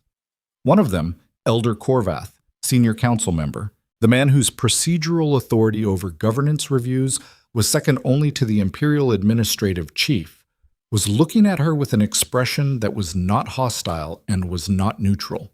It was the expression of a man who is assessing whether a variable he thought was controlled has become uncontrolled. She reached Draxian's position. She stood beside him and not behind him, and placed the document sleeve on the council table. "The original payment record," she said, "and the first 14 pages of the Eastern Pass methodology reconstruction, witnessed and time-stamped within the last hour in the Palace Eastern Archive room." She looked at Elder Corvath directly. "I have 2 witnesses to the reconstruction. Both can be produced before this council tonight." Corvath looked at the sleeve. He looked at her. "Lady Vaelor," he said, and his voice had the particular measured quality of institutional authority managing a surprise. "The council was not informed you would be joining this presentation." "The council was not informed of a great many things tonight," she said. "We have that in common." Silence. The kind of silence that has structure. Draxian said nothing beside her. She was aware of him with peripheral attention, aware that he had heard Voss's warning in her posture or her pace or the specific way she had placed the document sleeve, and that he was making a rapid adjustment to whatever approach he had been running before she arrived. This was not reassuring, but it was comprehensible. A man who ran operations 3 moves deep would always be in mid-adjustment. The question was whether the adjustment ran toward the same destination she was navigating or toward something adjacent. She held that question in her peripheral attention as well, and kept her face on Corvath. "The payment record," Corvath said, looking at the sleeve without opening it, "is a document whose provenance is currently unverified. It carries the Crane family administrative seal," she said. "The Crane family administrative seal can be replicated," he said. Smooth. Too smooth. The specific smoothness of a prepared response. The council would require verification through the standard authentication process before treating any such document as evidentiary. "The standard authentication process," she said, "passes through the Imperial Administrative Records Office, which is overseen by this council." "As is appropriate," Corvath said. "As is convenient," she said. The room absorbed that. Here was what she understood, standing before 7 men in gray robes in a hall stripped of its ceremony. Power has a smell, and the smell is not money and not rank and not the blunt assertion of force. The smell of power is procedure. The smell of power is the specific invocation of institutional process by the people who control the institution, deployed at the moment when the process serves to delay, dilute, and ultimately extinguish whatever is inconvenient. She had managed imperial administrative correspondence for 3 years. She knew the smell the way a physician knows the smell of infection, not pleasant, but diagnostic. Corvath was not surprised by the payment record. She saw it in the smooth preparation of his response, in the speed with which the authentication objection arrived, in the specific word choice, replicated, not questioned, not disputed, the word of someone who has already run through the relevant counterarguments and selected the most defensible. He had known this document existed, or he had known a document like it would exist, or he had been told in the last 30 minutes while Draxion presented his case to prepare for exactly this. She looked at Draxion. He was already looking at her. His face told her something, not in the simple way of an expression communicating a single feeling, in the complex way of a man communicating a situation assessment in the absence of words, the kind of compressed information transfer that happens between two people who have been operating at high speed on the same problem long enough to have developed a shared analytical shorthand. What his face told her was, yes, what you are thinking is accurate, and there is something else. She looked back at Corvath. The council's position, she said slowly, is that the attribution documentation requires standard authentication before it can be treated as evidentiary. That's correct, Corvath said. And the standard authentication timeline. 60 to 90 days under normal administrative load. 60 to 90 days. In 60 to 90 days, the Eastern Pass restructuring would be implemented under Cadric Thorne's name. In 60 to 90 days, the financial benefit would have flowed. In 60 to 90 days, the contested authorship would be a historical argument rather than a present legal claim. And historical arguments were considerably easier to manage than present legal claims because history is administered by the same institutions that authenticated the documents. She said nothing for a moment. She was thinking, not constructing a response, actually thinking, running the variables, testing the structure, finding where it held and where it gave. She had done this her whole life in rooms where the thinking was supposed to happen in advance and the room was for performance. She had long since stopped pretending the performance was the point. The Eastern Pass waypoints, she said. 3 of them fall within Kareth territorial claim. Lord Vael presented that documentation? He did, Corvath said. And the council's position on the territorial claim? Corvath looked at Draxion. It was a brief look. Controlled. But it carried information. She filed it. The territorial claim documentation is under review, Corvath said. Under review. Not contested, not rejected. Under review, which was the procedural equivalent of a locked door, not permanently closed, but not open, and the key held by the institution. 60 to 90 days for the attribution documentation. Under review for the territorial claim. Both instruments that Draxion had brought into this room in the last 30 minutes, both instruments that should have constituted significant leverage against the Thorn Crane operation, were being systematically placed into procedural suspension. She looked at Draxion again. He said quietly, "Show them the reconstruction." She opened the sleeve. She placed the 14 pages of correspondence paper on the table beside the payment record and spread them so the council could see the notation system, the analytical structure, the attribution headers she had put at the top of each page. Corvath looked at the papers. "This is a reconstruction produced tonight," he said. "Yes. By Lady Vaelor's own hand." "Yes. Witnessed." "Lady Vaelor is the party with the contested interest in the attribution," Corvath said. "A document produced by an interested party cannot—" "The witnesses," she said, "are Kareth Crown attendants, Lord Vael's personal men. Their attestation carries full legal weight under the cross-territorial evidence provisions of the Imperial Governance Charter, Article 44, which was established specifically to permit witness documentation from neutral parties in territorial disputes." She kept her voice even. "I know the Charter. I helped draft the revision of Article 44's evidentiary provisions 18 months ago, at Cadric Thorne's request." Shuts. The statement hit the council table like something dropped from height, because there it was, the particular irony that real life generates occasionally, not with the neat symmetry of constructed narrative, but with the random, brutal coincidence of actual events. She had drafted the evidentiary provisions that would now be used to contest a theft, orchestrated by the man who had asked her to draft them.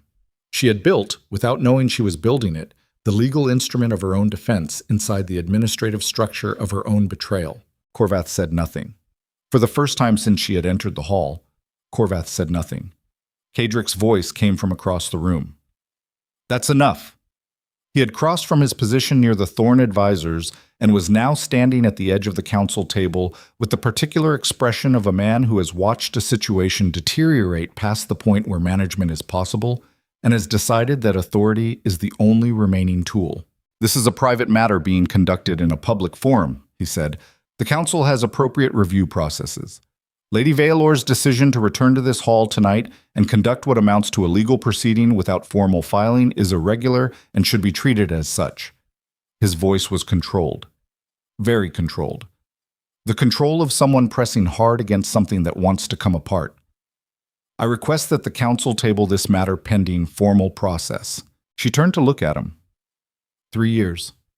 She had looked at him 10,000 times in 3 years, and had always been looking at a man she understood as she understood an ally, with the particular combination of familiarity and political deference that a formal arrangement required.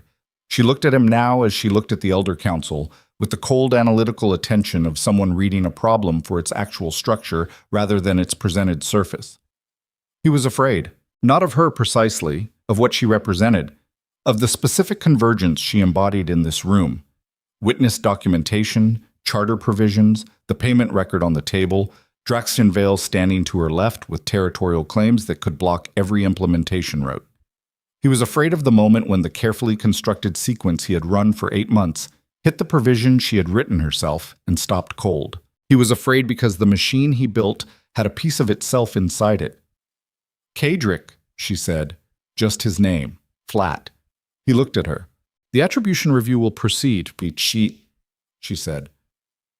Under Article 44, votes filed through House Vaelor with Kareth co-signature. The Council can table it through standard procedure. It will sit in procedural suspension for 60 to 90 days. Huss." She paused.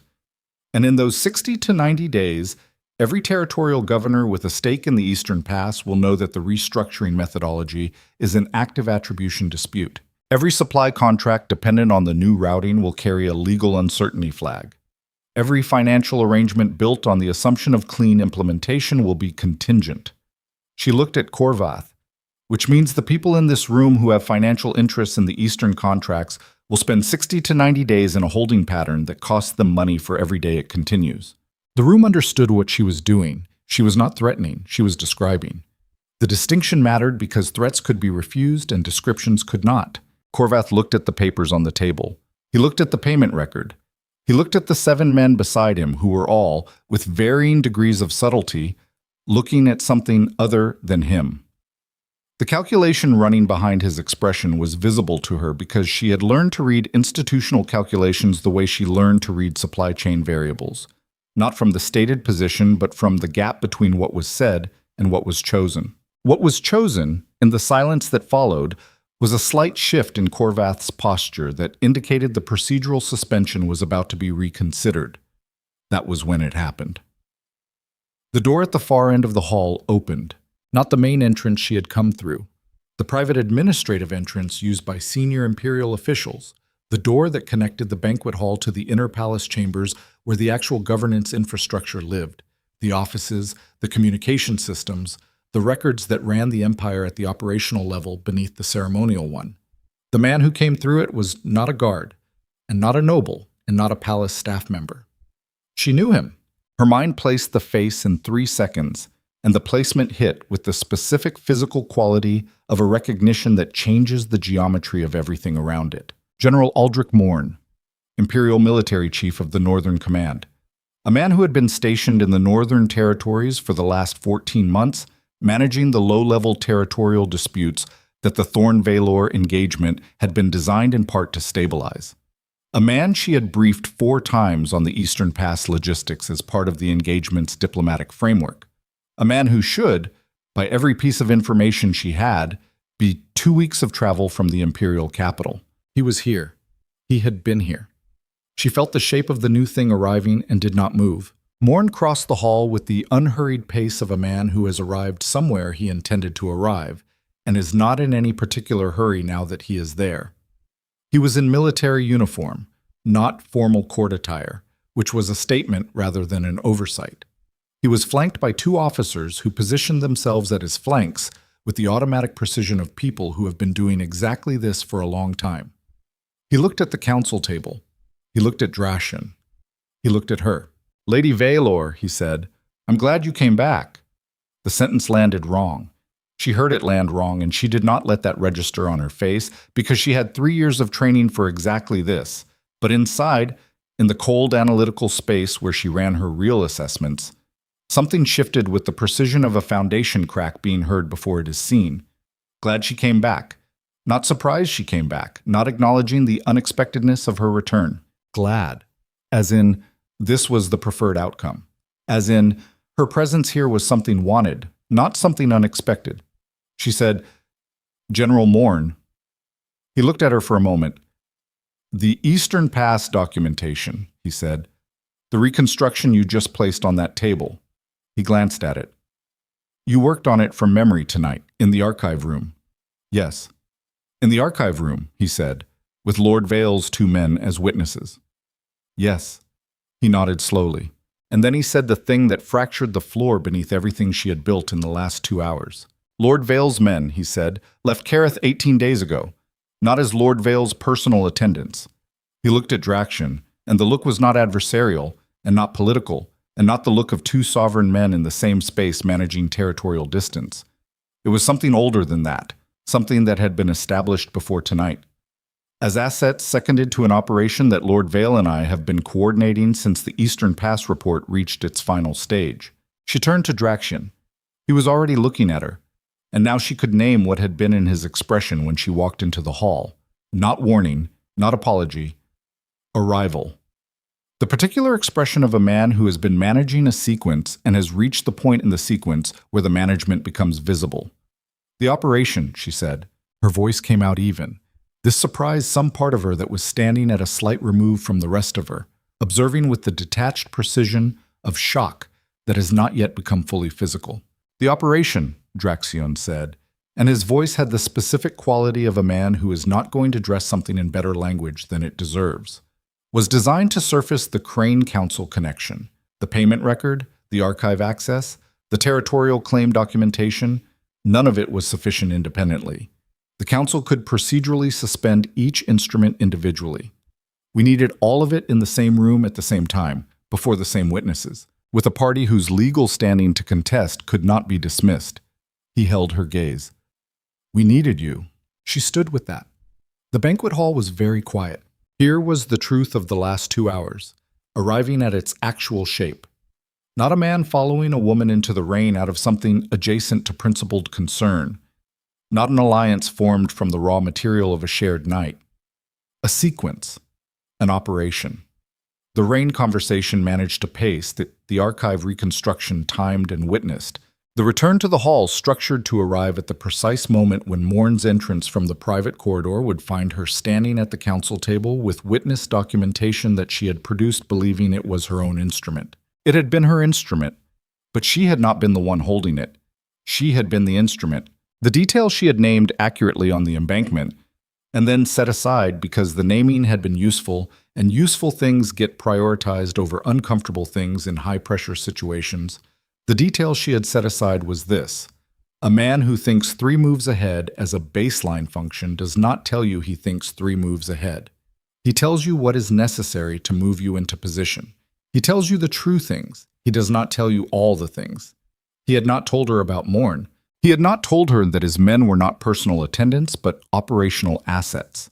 He had not told her that the witnessed reconstruction was designed as an instrument of a larger operation rather than a personal defense measure. He had told her the truth about Kadric. He had told her the truth about the Eastern Pass documentation. He had told her the truth about the structural problems she had been living inside for 3 years. And he had used her response to those truths to move her precisely where the operation required her to be. She said, "How long have you known what Kadric was planning?" 6 weeks, Draxion said. Since the methodology report? Since the methodology report. You knew the archive would be accessed tonight. I assessed it as near certain. And the embankment conversation. He did not answer immediately. The non-answer was itself the answer. She looked at him and felt something that she would not, even in the most private inventory of this night, call betrayal. Because she had learned tonight what betrayal actually looked like. It looked like Kadric Thorne's arranged expression, and the ring hitting sacred stone, and 8 months of planning and a crane gold ring watching an archive window. What she felt looking at Draxion Vael was different, sharper, more personal. The specific sensation of having been read accurately and completely and used with precision by someone she had, in the course of a single night, against considerable internal resistance, begun to trust. The difference between what Kadric had done and what Draxion had done was the difference between a theft and a conscription. Both required taking something without full disclosure. The conscience of the distinction resided in the question of outcome. She said, "What does the operation accomplish?" Morn stepped forward. The Crane Council connection, properly documented and surfaced before sufficient witnesses, constitutes grounds for an imperial administrative review of the Elder Council's Eastern contracts, he said. His voice was the operational voice of a general who has run enough campaigns to have stripped sentiment from professional communication. An imperial administrative review supersedes procedural suspension. It removes the contested documentation from council jurisdiction entirely and places it under the Imperial Review Tribunal, which is constituted from outside the council structure. He looked at her directly. Your attribution claim under tribunal review has a high probability of being upheld within 30 days. 30 days instead of 60 to 90. Her claim upheld under tribunal jurisdiction rather than buried in council procedure. The operation worked. It worked because she was in it. It worked because she had come back, had produced the reconstruction, had invoked Article 44, had forced Corvath into the public recalculation she had forced him into. All of it building toward the moment when Morn walked through the private corridor door with the authority to trigger a tribunal review on the grounds of what had just been witnessed. The operation worked, and it had required her to be inside it without fully knowing she was inside it. She looked at Draxion. He said, "I am not going to tell you this was done to you rather than for you. I am not going to tell you the distinction is simple. I am not going to apologize for using an accurate assessment of your capabilities in the design of an operation that protects those capabilities." He paused. "I will tell you that the outcome is real. The tribunal review is real. The attribution will be yours."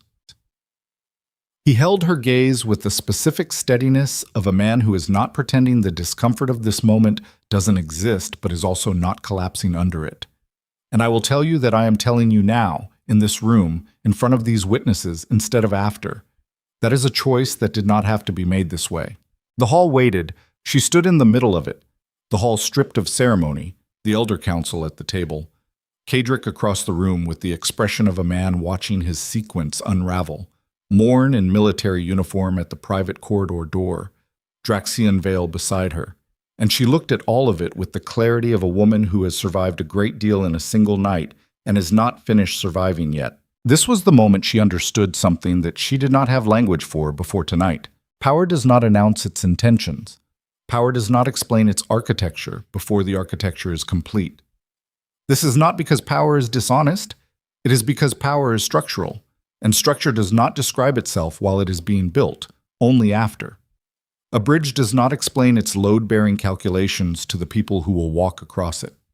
An empire does not explain its taxation logic to the communities that fund it. The architecture serves a purpose, and the purpose is evaluated by its outcome, not its process. Draxion Vael had built a structure tonight. She had been a load-bearing element. She had not been told she was load-bearing. She was now standing on the finished bridge. The question was not whether the bridge was built without her full knowledge. The question was where it led. And the answer to that question, the only answer that mattered, was standing in the specific shape of what had just been accomplished in this room. Her work, her name, her 3 years. 30 days to tribunal confirmation rather than burial, in 60 to 90 days of procedural suspension. She looked at Corvath. He was looking at Morn with the expression of a man who has just understood the geometry of his position and found it significantly less comfortable than it was 10 minutes ago. She looked at Kadric. He was looking at nothing, or rather he was looking at the specific middle distance that people look at when they are processing the collapse of a sequence that took 8 months to build and 12 minutes to dismantle, and the processing has not yet completed, and the face is holding the expression it was wearing before the collapse, because it has not yet received instructions for what expression comes next. She looked at Draxion, and she made a decision that she understood, even as she made it, would change the fundamental nature of what she was. Not the nature other people had assigned her: abandoned bride, political casualty, the woman who walked out in the rain. She had already discarded those. The nature she had assigned herself. The woman who worked within structures. The woman who found the most efficient route through the existing system. The woman who optimized and documented and filed and attributed and trusted that competence within a structure was sufficient to protect competence from the structure. That woman had produced extraordinary work. That woman had also been conscripted into an operation without full disclosure by the second man in a single night who had looked at her capabilities and made decisions about how to deploy them. The structural problem had not been Kadric Thorne. The structural problem was that she had been operating as a resource inside other people's architectures for so long that both the men who exploited her and the men who sought to protect her conceived of her in the same fundamental terms, as an instrument, distinguished only by the quality of their intention. She spoke. To no one specifically. To the room. The tribunal review, she said. I will file under my own name, not House Vaelor, not Kareth co-signature. She looked at Morn. Under the cross-territorial evidence provisions, a directly interested party may file independently if the documented evidence meets the Article 44 standard. I meet the standard. She looked at the council. The council will acknowledge the filing or provide written grounds for refusal, which will itself constitute evidence for the tribunal. Morn looked at her. Something in his expression recalibrated. That is your right, he said carefully.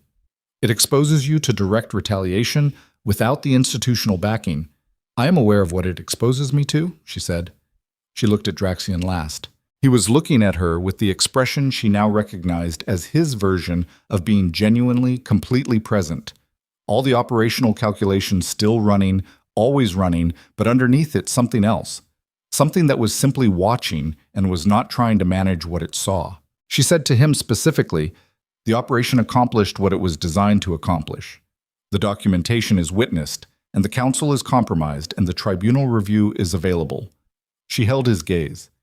The next operation, if there is one, will be designed with my full knowledge, or there will not be a next operation. The sentence landed in the room with the weight of something irrevocable, not an ultimatum delivered in anger. A condition stated in the complete calm of a woman who has just decided what she is and what she requires in order to remain it. Draxion Vael looked at her for 4 seconds. Then he said, agreed. The word was simple and it was immediate, and it carried none of the measured philosophical qualification that had characterized most of what he had said to her tonight, and she filed that in the category of things that mattered. She turned back to the council table. She picked up the 14 pages of reconstruction. She picked up the payment record. She put them both in the document sleeve. I will file in the morning, she said to Corvath, under my own name, under Article 44. The witnesses are prepared to provide attestation. Corvath looked at her for a moment. Then he looked at the payment record one more time. Then he said very quietly, the council will acknowledge the filing. She nodded once. She turned toward the door. She did not look at Kadric. She did not need to. But she heard him.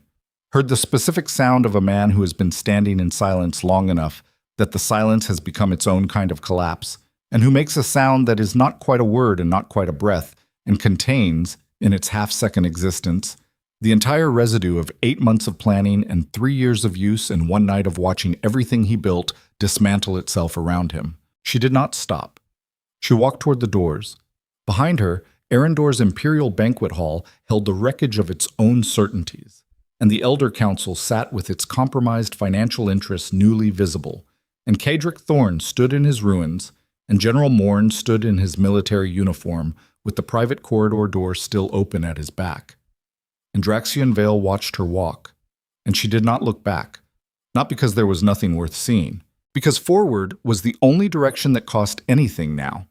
And cost, she had learned tonight, was the only currency that purchased something real.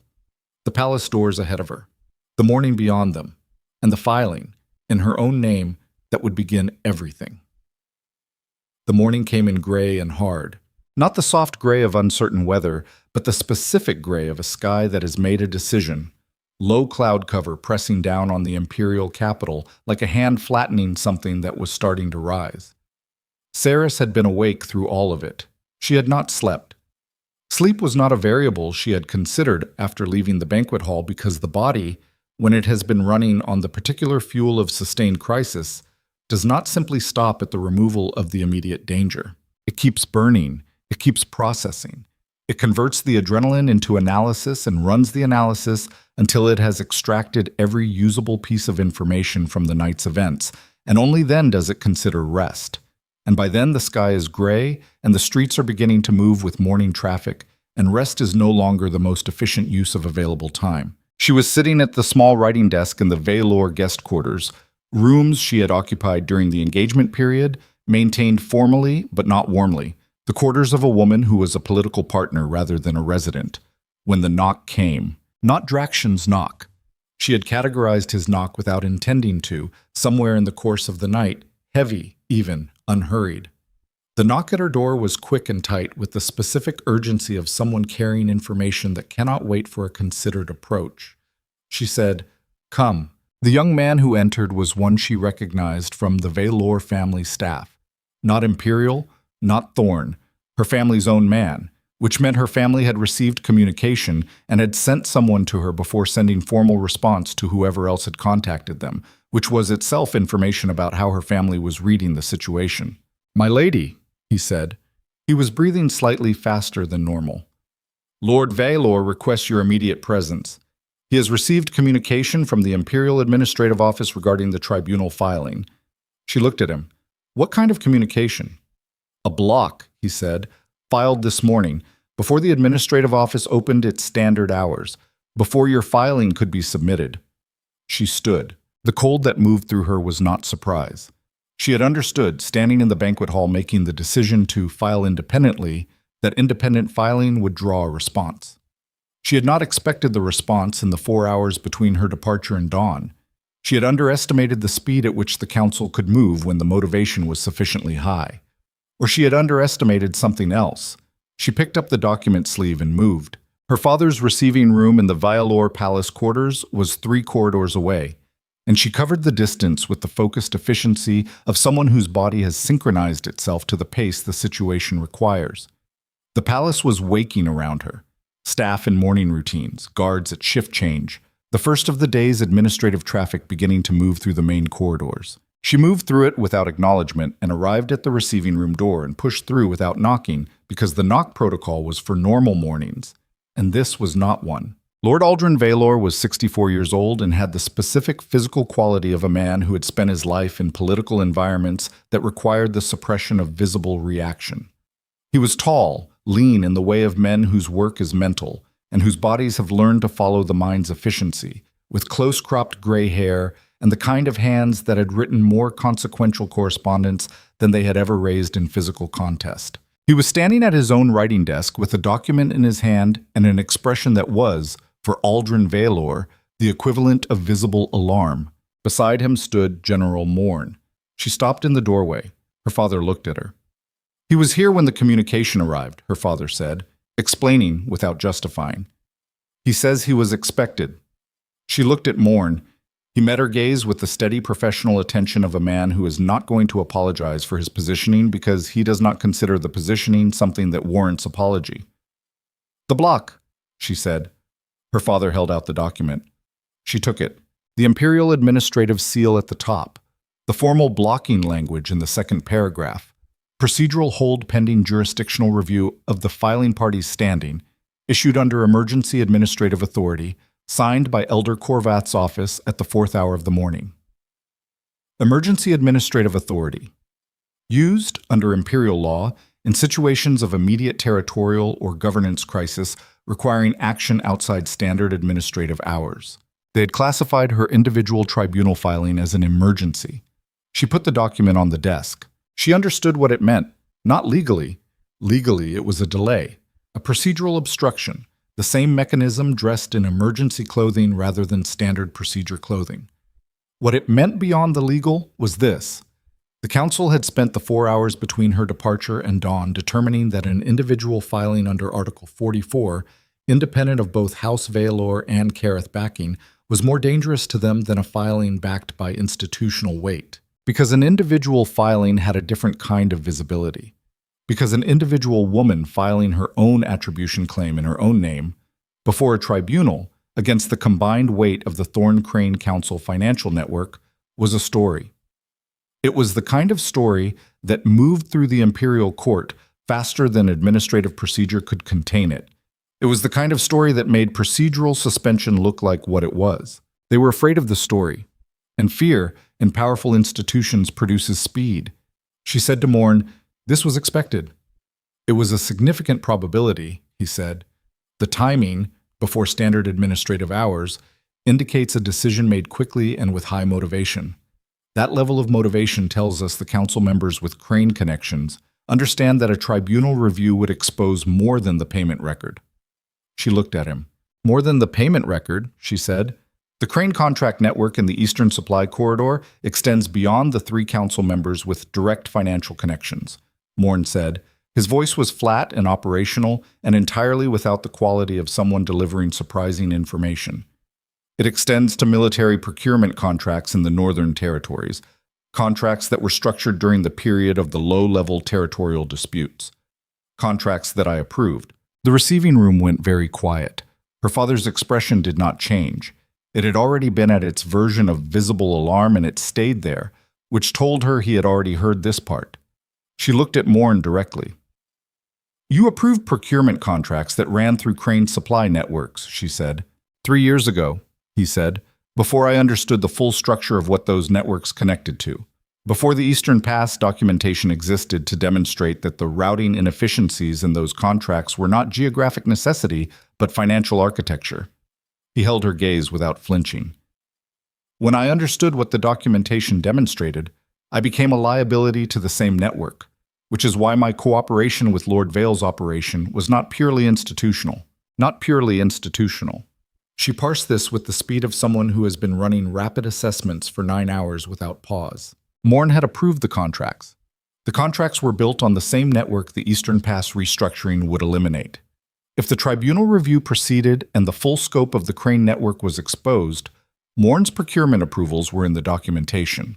He was not an impartial imperial official triggering a tribunal review out of governance principle. He was a man with significant personal exposure trying to control the shape of an investigation before the investigation shaped him. Which meant the operation she had been part of last night was not simply Draxian Vail's strategic management of the Eastern Pass attribution.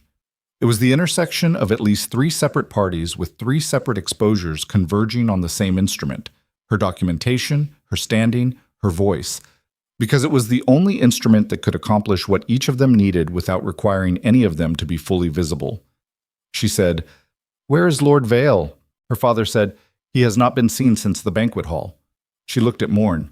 He said, "He left the palace at the 5th hour, before the block filing." Before the block filing. She stood with that for 2 seconds. Then she said, "He knew the block was coming. He assessed it as the council's next move, yes. And he left the palace before it arrived." "He left the palace," Morn said carefully, "because remaining in the palace after the tribunal filing became blocked would have required him to respond to it officially as a territorial sovereign, which would have converted the attribution dispute into an open territorial conflict between Careth and the Imperial Elder Council." He paused. "He chose to remove himself from the immediate political field, which leaves the documentation in your hands." She looked at Morn. She looked at her father. Her father said carefully, "Seris." She said, "I know." She knew. Here was the shape of it, fully assembled now, in the gray morning with the blocked filing on the desk and Morn's procurement exposure on the table and Draxian Vail absent from the palace. She was standing at the intersection of every competing interest in this operation, with the document sleeve in her hand and no institutional backing, and a procedural block that had been filed 4 hours after she announced her intention to stand independently. This was not coincidence. She had announced her independence in the banquet hall. She had removed the institutional backing deliberately, because the institutional backing came with the same structural problem as everything else. It converted her into an instrument of someone else's architecture.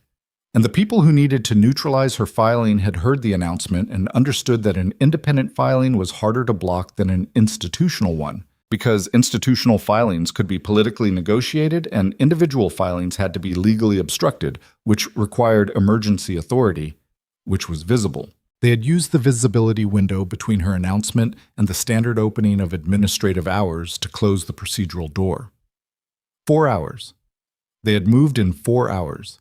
She picked up the document sleeve. "The witnesses," she said to Morn, "Lord Vael's men who attested the reconstruction." "Available," he said.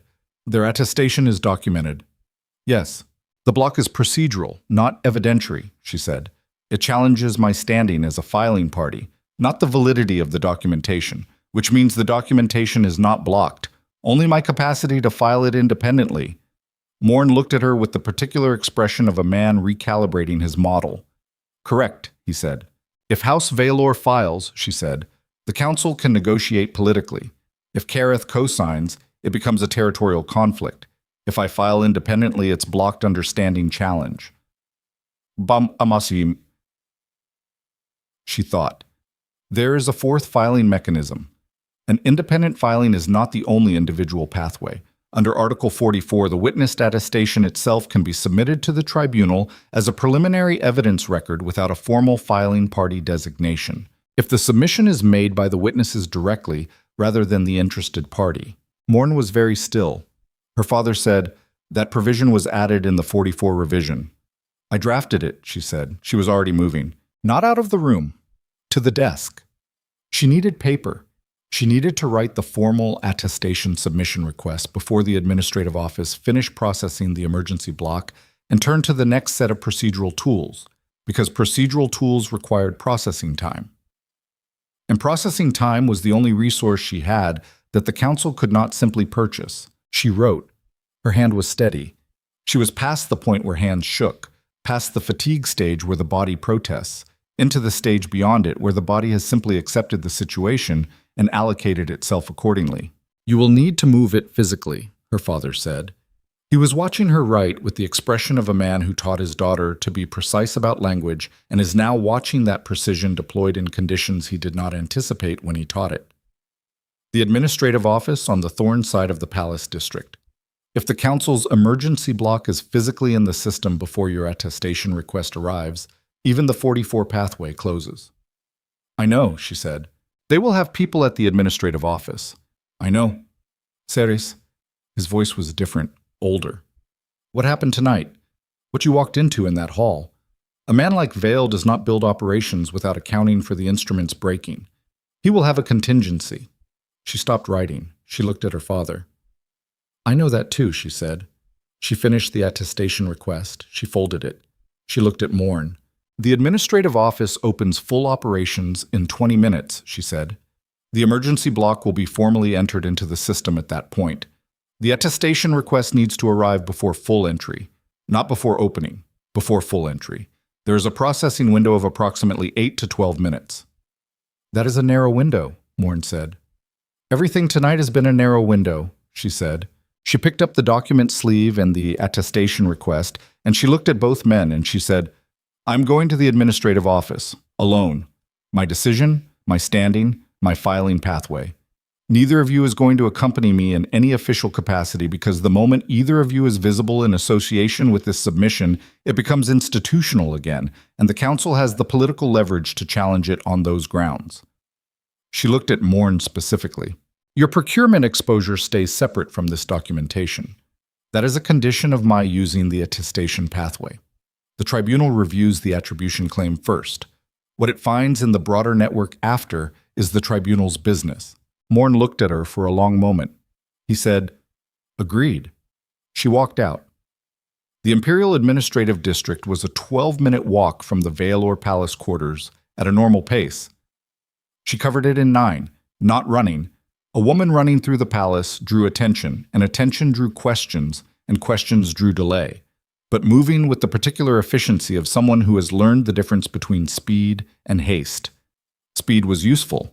Haste was visible. The palace was fully awake now, morning routines running in all the corridors she moved through, and the morning quality of it was almost surreal against the interior landscape of the last 9 hours. Servants carrying breakfast service, administrative staff with correspondence folders, guards in fresh rotation. The world maintaining its operations through the night's wreckage because the world did not pause for any individual woman's crisis. And she found, moving through it, that she was not angry about this. She found it clarifying. The world's indifference to her specific disaster was the same indifference that made it possible for her to move through it without being recognized as a crisis in progress rather than simply a woman walking with purpose. She turned into the administrative corridor. She stopped.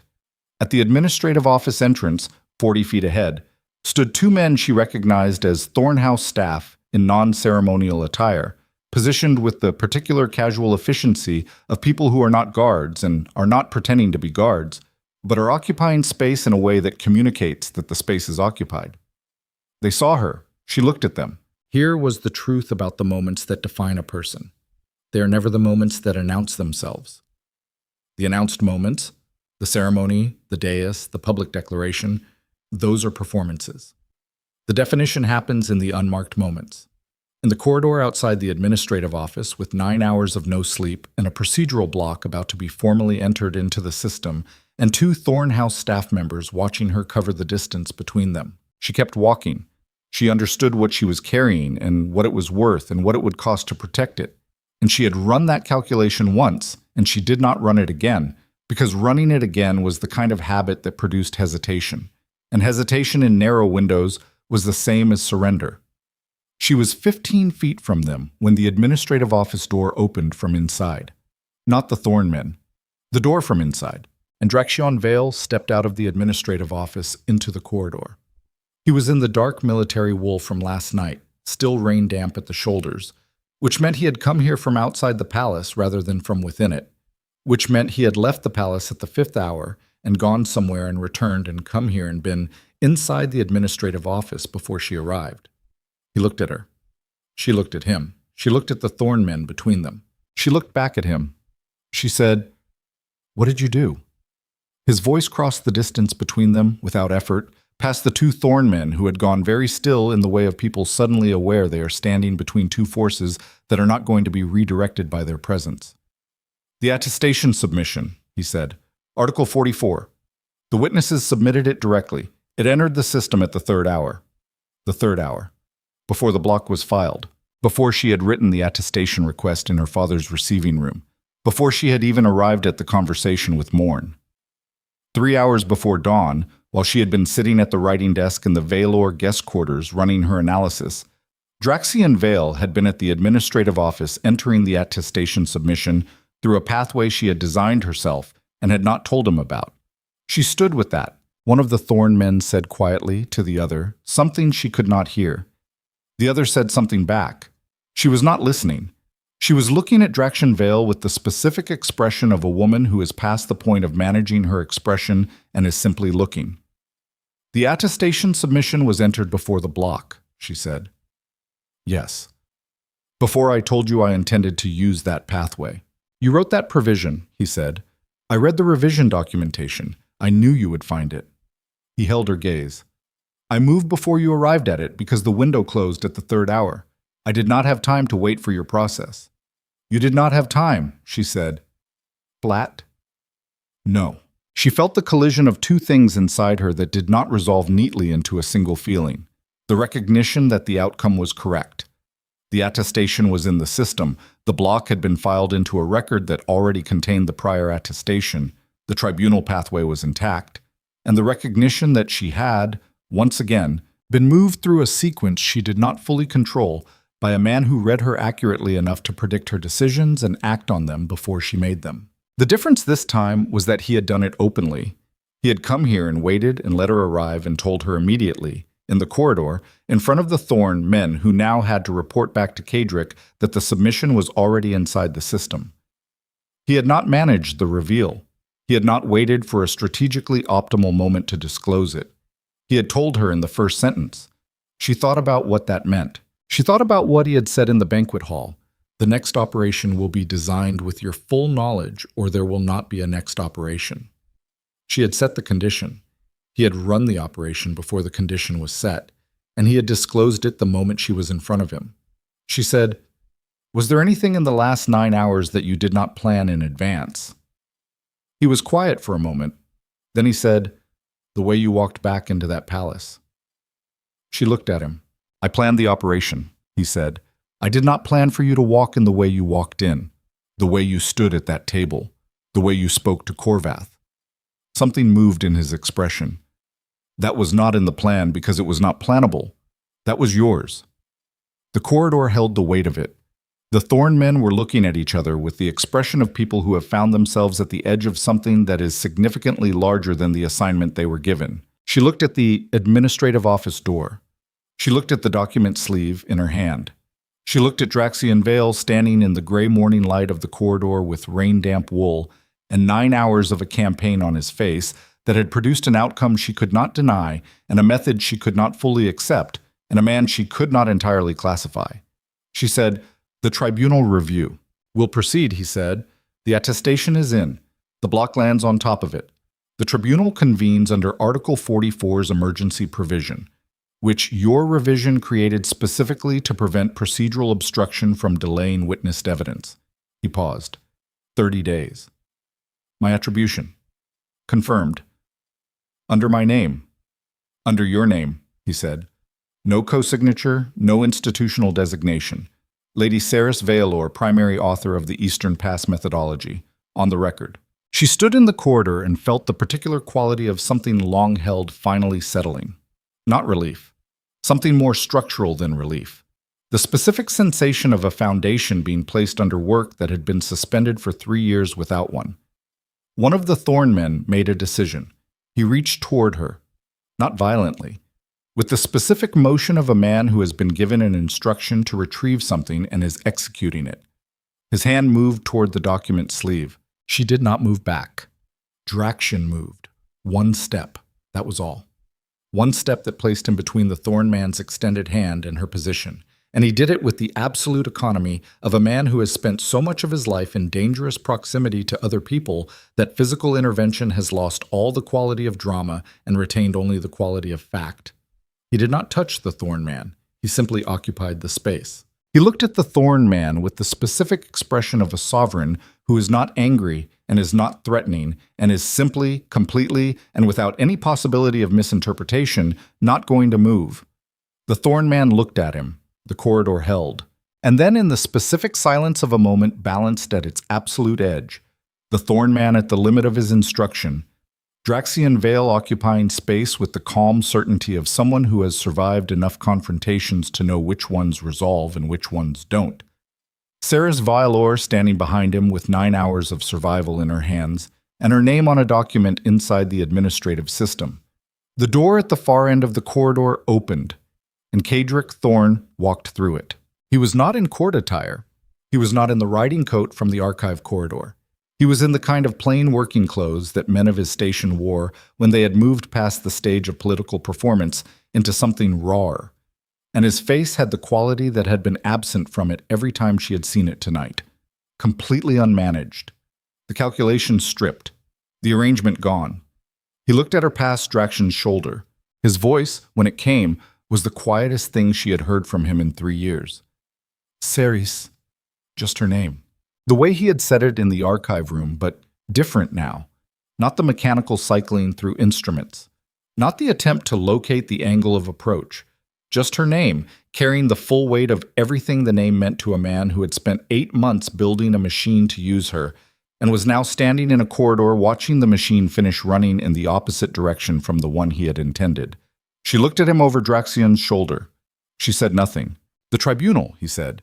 "If it proceeds, what it finds, it will not stop at the attribution. You know that.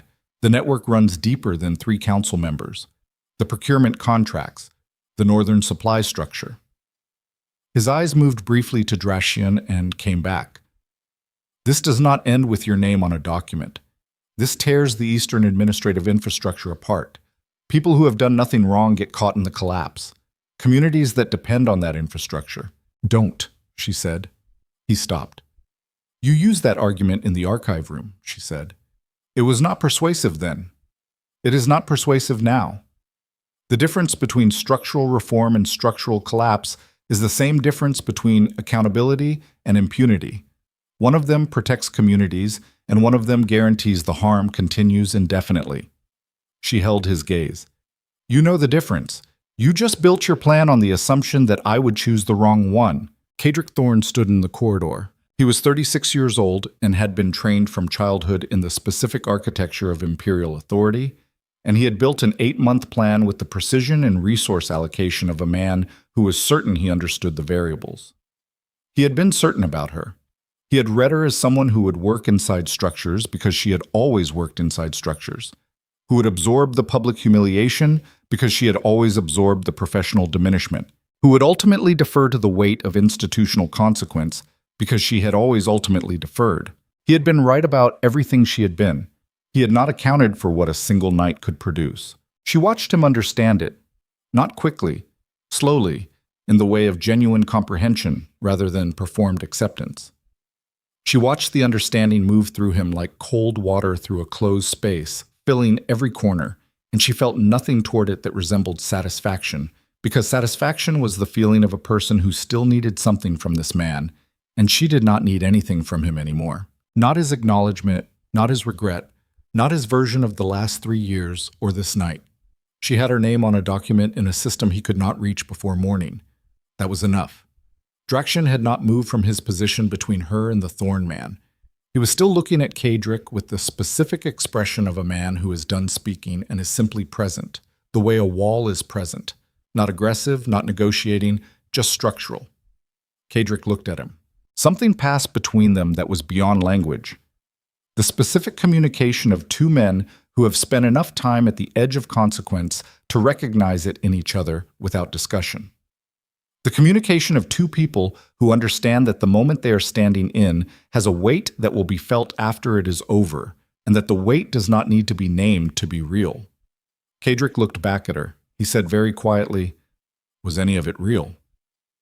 She understood the question. She had time, in the silence before answering, to run an honest assessment. Not the assessment of a woman defending herself, not the assessment of a woman building a case, but the cold, honest inventory of someone who has decided that accuracy is the only thing worth the cost of production. She said, "The work was real." She turned away from him. She turned toward Draxian Matsal. He was looking at her with the expression she had catalogued and recatalogued all night. The one that was beyond assessment, that was simply present. The one that had been there on the embankment in the rain when he talked about voluntary precision. The one in the banquet hall when she set her condition and he accepted it in a single word. The morning light in the corridor was the same gray as the sky outside. Cold. Honest. The kind of light that does not flatter anything but reveals it clearly. She said, "The tribunal convenes in 30 days. "Yes," he said. "In 30 days I will have my name on the Eastern Pass methodology as primary author, on the public record, under imperial administrative law." "Yes." "And after that?" He looked at her. Kareth waited on the western horizon. A harsher kingdom. A more dangerous king. A man who thought 3 moves ahead as a baseline function and had just spent an entire night moving her through an operation she had not fully known she was inside and had disclosed everything the moment she was standing in front of him. She looked at him and thought about the distinction he had drawn on the embankment between compromise and permission. She had spent 3 years paying a tax, deciding how much of what she could do she was willing to conceal in order to remain useful enough to stay. She was not paying that tax again. Whatever came next, Kareth, the tribunal, the Eastern Territories, the network that ran deeper than 3 council members, and would surface in the tribunal's findings like something enormous moving beneath water. She was not paying that tax. She said, "After that, I want the full scope of what you're running, every piece of it. Not the pieces you calculate are sufficient to move me in the direction the operation requires. All of it. His expression did not change, but something in it settled, came to rest in a way it had not been at rest all night. He said, "All of it." "That's my condition," she said. "It was my condition last night, and it is still my condition, and it does not expire." "I know," he said. Behind her she heard Cedric Thorne take a breath. She did not turn. She looked at Draxian Vale in the gray morning light, and she felt the specific quality of a beginning, not the comfortable kind, not the kind that promises ease or clarity or the removal of danger. The beginning that happens when you have stripped everything false away, and what remains is the bare and honest architecture of what you actually are, standing across from the bare and honest architecture of someone else. Draxian Vale took one step toward her, and from the far end of the corridor, a sound arrived that stopped everything. Not a voice, not footsteps.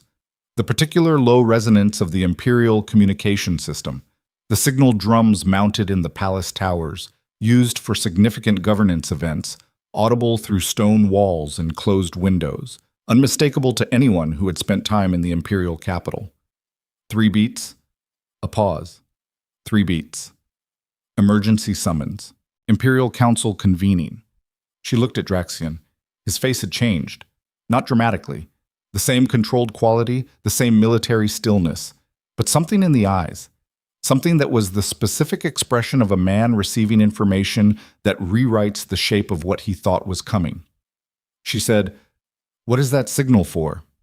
He looked past her, toward the window at the corridor end. Outside, the gray sky had not changed, but something was moving in it. "That signal," he said, and his voice had the quality of someone delivering accurate information against the preference of every instinct in his body, "is used for 2 events. He looked at her. Governance emergency or succession crisis. She heard Cedric's breath behind her stop. She looked at Draxian. She said, "Which one?" He said, "I need to get to the council chamber."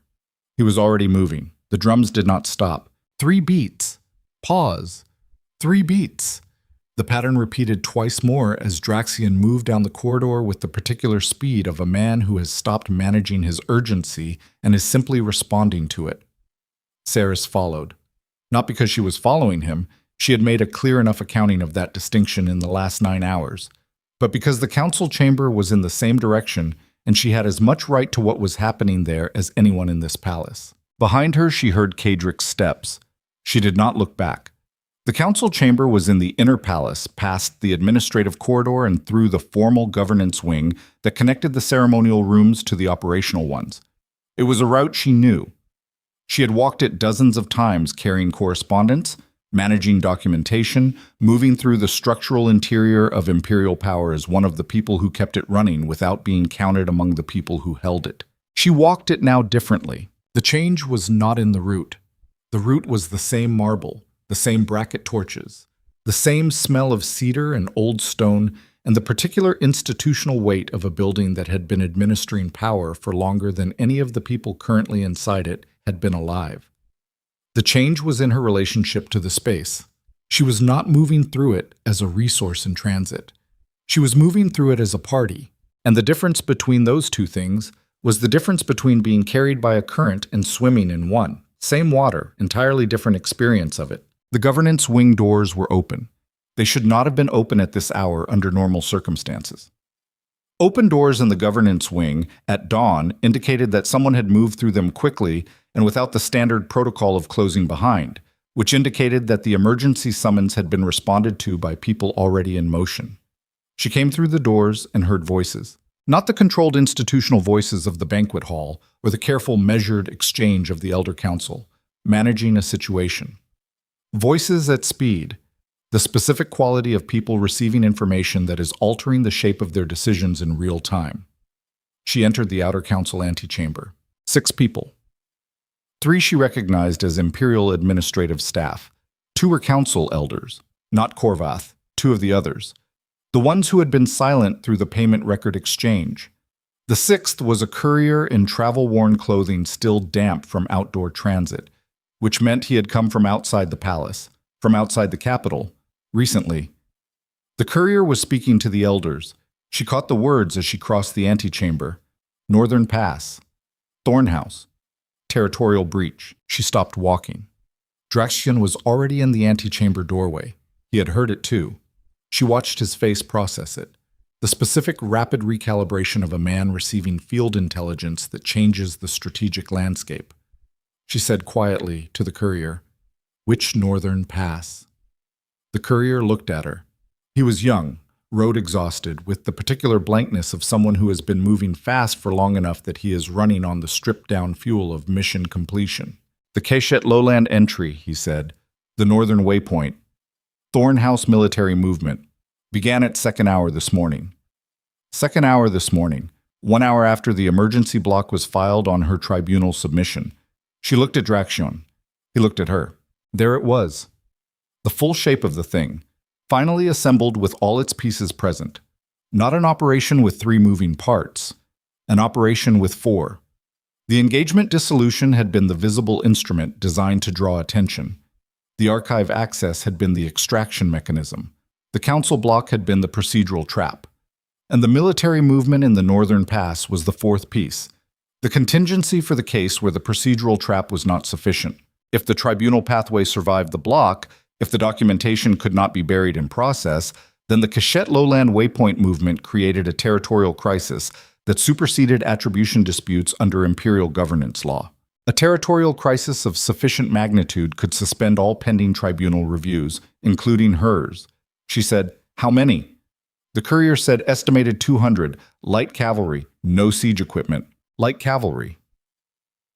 Not a conquest force, a positioning force.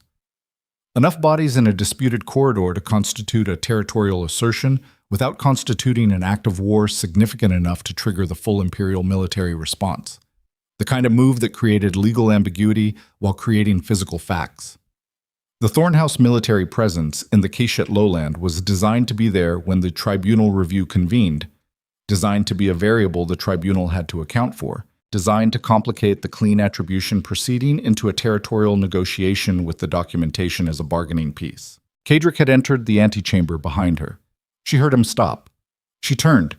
He was looking at the courier with an expression that was doing something she had not seen his face do in 9 hours of watching it. Something involuntary, something that moved across his features without his management and told her, with the accuracy of a thing seen rather than inferred, that he had not known about the military movement. He had not ordered it. She watched him understand what had been done in his name. Here was the piece that had been missing from the shape of the entire night, and it arrived now with the particular quality of a truth that makes the preceding confusion comprehensible. Kadric Thorne had built an 8-month operation to extract the Eastern Pass methodology and eliminate Seris from the political field. That operation was his planning, his decision, his architecture. But the military movement in the Keshet lowland was not his architecture. His architecture was financial and procedural. He did not think in cavalry. He thought in documents and contracts and administrative leverage. Someone had added a piece to his operation that he had not designed. Someone who thought in cavalry. She looked at Morn. Morn had come into the antechamber behind Kadric. He was standing at the edge of the room with the expression of a man who is doing the same calculation she is doing and arriving at the same answer and finding the answer considerably worse than the problem he thought he was managing. She said to him, "The procurement contracts, the northern supply structure. You said they ran deeper than 3 council members." "Yes," Morn said. "How deep?" He was quiet for 2 seconds. "Deep enough," he said carefully, "that there are parties with significant financial interest in the Eastern Corridor who are not in this palace and have not been in this palace tonight. Parties who have military assets in the northern territories." He said nothing, which was the answer. The operation she had been navigating all night, the one she had believed, even in its most complicated revealed form, was a conflict between Kadric's financial interests, the Crane Network, the compromised council members, and Draxion Vale's territorial claim management, was not the full operation. The full operation was larger. The Crane Network was not the top of the structure. It was a layer. Beneath it, or behind it, or running parallel to it in the way that the most durable forms of institutional corruption run, not as a single chain but as a network of mutually sustaining interests with no single point of control, there were parties whose names had not yet appeared in any document on any table, parties who had decided at second hour this morning that procedural mechanisms were insufficient and had moved cavalry into the Keshet lowland.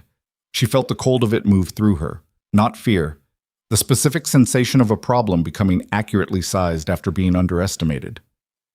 Draxion spoke. He had been silent through the last 2 minutes of exchanges, and she had felt his silence as a working silence. The silence of someone running a very fast analysis on a very large new variable. And when he spoke, his voice had the quality she associated now with his operational register, the one that had no margin for anything except information. "The Keshet waypoint," he said to the courier. "The Thorn Cavalry. What is their positioning relative to the Kareth territorial boundary markers?" The courier said, "Inside the boundary by approximately 2 miles, my lord." Inside the Kareth boundary. 2 miles inside the Kareth territorial boundary, Thornhouse Light Cavalry had established a positioning presence at second hour this morning. She looked at Draxion. He looked at her with the expression of a man who has just watched the board change entirely and is deciding in real time whether the game he thought he was playing is the same game. He said, "This is not Kadric." "No," she said. "Kadric's operation was documentation and finance. This is provocation," she said. "Someone used his operation as cover for a different operation. The attribution dispute gives a political reason for the Thornhouse military presence. The presence is actually a territorial assertion against Kareth. If you respond militarily, it becomes a Thorn-Kareth conflict that supersedes the tribunal and buries the Crane Network documentation in the legal complexity of territorial war." She paused. "If you don't respond, 200 Thorn cavalry are 2 miles inside your territory, and the assertion becomes a precedent, a trap that worked in both directions." Here was what she had learned over 9 hours and 5 phases of a single night about the nature of power at the scale of empires. It does not move in straight lines. It does not operate through single instruments or clean causation chains. It moves in networks, and the networks overlap, and the overlaps create structures that no single person designed and no single person controls, and no single person can dismantle through a single correct action. The Eastern Pass documentation was real. Her attribution was real. The Crane Network was real. The compromised council members were real. And underneath all of it, generating the conditions that made all of it possible, was something older and more structural than any individual operation. The accumulated weight of decades of financial relationships built on the assumption that certain things would never change. She had spent 3 years trying to change one of those things.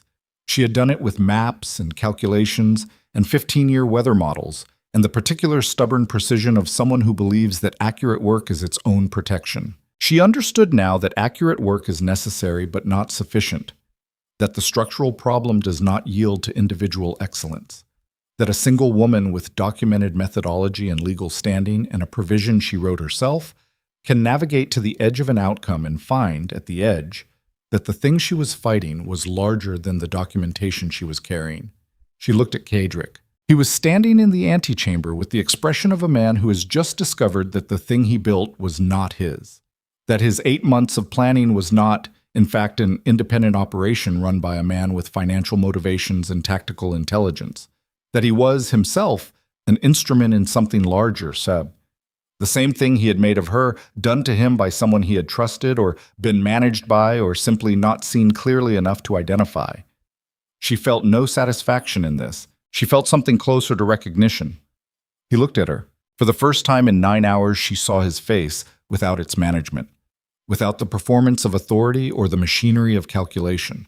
Just a man of 36 looking at the woman he had spent 3 years using and 8 months dismantling and finding that neither the use nor the dismantling had been fully his own, and that the discovery of this was, she could see it happening, more costly to him than anything that had happened tonight. Because the men who build their identity on the belief that they are the architects of events do not survive easily the discovery that they are also instruments. Because the particular cruelty of power is that it does not distinguish between those who wield it and those who are wielded. It moves through people with the same indifference it moves through institutions, taking what it needs and leaving the shape of a person behind. And the shape can look intact from the outside for years before the person inside it understands how much has been taken. She said, "You didn't know about the cavalry." It was not a question. He said, "No. The Crane contract, Lyrian, the archive access, that was yours." "Yes." "And someone used it." He looked at the floor for a moment, a gesture she had never seen from him, the specific physical posture of a man absorbing something that will not be absorbed quickly. Then he looked up. "Yes," he said. She thought about 3 years. She thought about the morning she had restructured the Kashet lowland routing and come to him with the analysis and watched his face do the calculation behind the acknowledgement and had told herself the calculation was political wisdom and not what it actually was. She thought about the version of herself that had been paying a tax and calling it investment. She thought about the patience she had renamed love, and the silence she had renamed professionalism, and the slow diminishment she had renamed strategic positioning. She thought about all of it, and then she made the decision that would define the rest of how she moved through the world. Not forgiveness. She was not in the business of distributing forgiveness as a performance of magnanimity. That was its own form of power transaction, the injured party granting absolution in exchange for the moral high ground, and she had no interest in that economy. She was in the business of accuracy, and the accurate assessment of Cedric Thorne was this. He was a man who had used her with deliberate intention and whose operation had caused her genuine harm, and he was also a man who had been used in turn by something larger than himself. And both of those things were true simultaneously, and the simultaneous truth of them did not cancel either one out. But it did change the moral geography of the situation from the simple two-point axis of betrayer and betrayed into something more complicated and more honest. She said, "The cavalry in the Kashet lowland. If you recall them, formally, with documentation of the recall and the grounds, it creates an administrative record of the Thorne House repudiating the territorial positioning. That record becomes part of the tribunal documentation. It separates the Thorne House officially from the parties who ordered the movement." He looked at her. "You're offering me a way out," he said. "I'm offering you an accurate description of your available options," she said. "What you do with it is your decision." He was quiet for a long moment. Then he said, "Why?" She thought about the answer. "Boss." "Because the cavalry in the Kashet lowland is a problem that needs to be solved, and you are the fastest instrument for solving it," she said. "And because accurate assessment requires me to acknowledge that you are not the top of the structure I've been fighting tonight. And because—" She paused and let herself be honest in the specific way that cost something. "The work I did for 3 years was real. I did it in your house. Some of what I built is still standing. I would prefer the foundation not be destroyed in a territorial war before the tribunal confirms who built it." He looked at her for a long time. Then he turned to one of the imperial administrative staff in the antechamber and he said, "Get me the formal recall documentation. I need it filed within the hour." She turned to Draxion. He was watching her with the expression she had catalogued over 9 hours and still found the most difficult to read. The one that was beyond operational assessment, beyond the strategic layers, that was simply present. He said, "You just gave him a path." "Yes, after everything tonight." "After everything tonight," she said. "Accuracy requires it." He looked at her for a moment longer than was strictly necessary. Then he said, "The tribunal review will surface the broader network, beyond Crane, beyond the council, whatever is underneath it." "Yes." "That is not a comfortable process." "No," she said. "It is a necessary one. There will be parties who respond to the surfacing the same way they responded to the documentation threat. More forcefully." "I know." "You're not going to ask me to stop it." "No," she said. "I'm going to ask you to run it with full disclosure. Same conditions, same terms." He looked at her. And then Seris Vaelor did something she had not seen him do in 9 hours of close observation. He let out a breath, not a heavy breath, not a dramatic exhale. A breath with the quality of something released, some amount of the operational weight, some fraction of the sustained precision that had been running without pause since before the ceremony. Just a breath, small and human and entirely real. He said, "Full disclosure." "Full disclosure," she said. "Every piece, every move before it's made." He said, "That will slow the operation." "I know," she said. "That's not a condition I'm reconsidering." He held her gaze. "Agreed," he said. The word was the same word he had used in the banquet hall, and it carried the same quality. Immediate, unqualified, the specific weight of a man who means what he says because he has long since stopped saying things he doesn't mean as a baseline function of how he moves through the world. She believed it. Not naively, not with the particular suspended judgment of someone who wants to believe and is choosing trust as an alternative to skepticism. She believed it the way she believed her own methodology, because she had run the assessment with every available instrument and the assessment held. He was not Cadric Thorne. The distinction was not that he was without calculation, or without strategy, or without the capacity to use people as instruments in service of outcomes he believed in. He had all of those things. The distinction was in what he did with the disclosure when the operation was complete. He had told her, in the corridor, in the first sentence, without waiting for a strategically optimal moment. He had set himself up to be held accountable and had done it before she asked. That was not nothing. That was, in fact, everything. The antechamber around them had settled into the particular quality of post-crisis operational activity.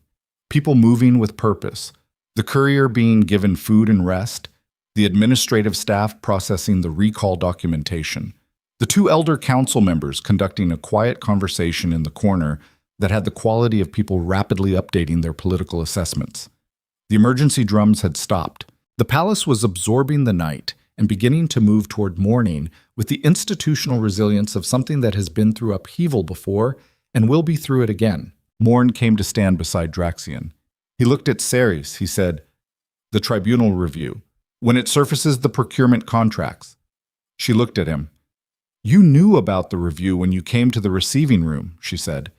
"You disclosed the procurement exposure before I had any leverage over you. That's on the record." His expression moved. "Voluntary disclosure before tribunal," she said. "It doesn't eliminate your exposure, but it's the only version of this where your cooperation with the operation has legal standing as a governance act rather than self-protection." She paused. "That was your choice. It was the correct one." He was quiet for a moment. Then he nodded once. The nod of a man who understands that the verdict is accurate and has nothing to add. She turned back toward the corridor. She needed to file. Not the attestation, that was in the system. Her own formal submission. She had the reconstruction in the document sleeve, and she had standing, and she had a morning beginning to develop outside the palace windows, and an administrative office that was now open, and a procedural block that sat on top of an already entered attestation record. She had work to do. She was at the antechamber door when Draxion said her name, not her title, not a positioning statement to the room. Her name, in the register he had used on the embankment in the rain, not operational, not strategic, the register that existed beneath the layers. She turned. He crossed the antechamber to her. He stopped 2 feet away, which was closer than operational distance and was intended to be, and he looked at her with the expression that had no name in any of the categories she had been using all night. He said, "When you walk out of this building this morning, when the tribunal review is filed and the cavalry is recalled and the night is over." He paused. "What do you want?" She looked at him. The question was simple in its structure and enormous in its actual scope, and he had asked it with the specific deliberateness of a man who was asking the real question rather than a version of it. She thought about it honestly. She thought about the Eastern Pass, about the routing maps she could reconstruct from memory and improve upon now, because the methodology she had developed under constraint was not the ceiling of what was possible, only the floor.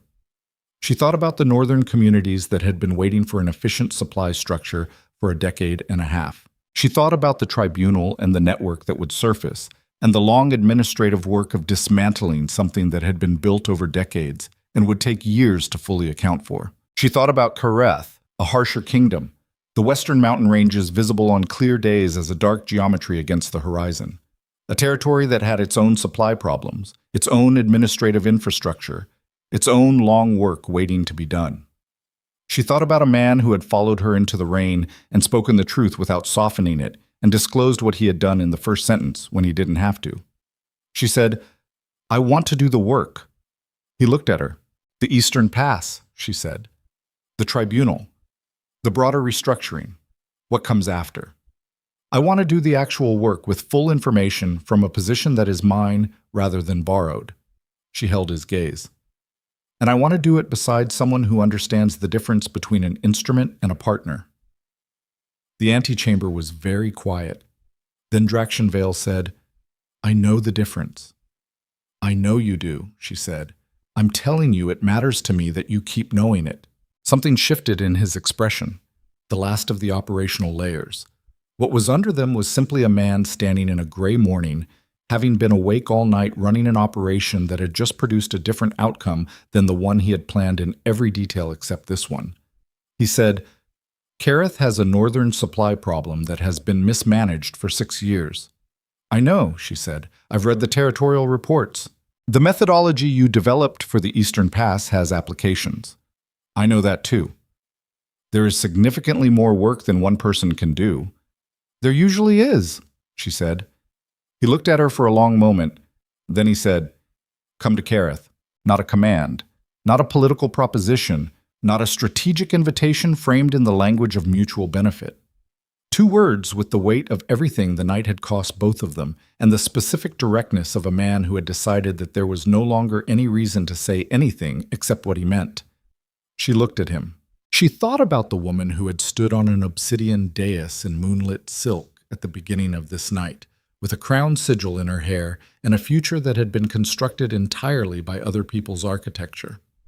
She thought about the woman who had left that crown on a rain-wet boundary wall 8 hours ago and kept walking. She said, "I'll finish the filing first." His expression moved.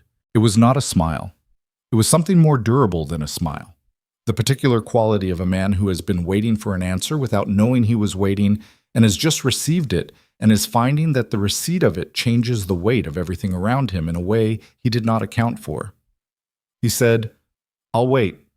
She turned and walked out of the antechamber, down the corridor, through the governance wing doors, past the marble and the torches, and the smell of cedar and old stone, and the institutional weight of an empire that had been administering power long before her and would be administering it long after. She walked through it as herself, not as a political instrument, not as an abandoned bride, not as a resource in transit or a casualty in recovery, as the primary author of the Eastern Pass methodology. As the woman who had invoked Article 44 and watched a compromised council member go silent. As the woman who had set a condition in a banquet hall and had it accepted in a single word. As the woman who had offered an accurate path to a man who had used her and found, in the offering of it, that accuracy was not weakness and was not mercy and was not a tax paid to the powerful. Accuracy was the only currency that didn't depreciate. She had learned that tonight. She would not forget it.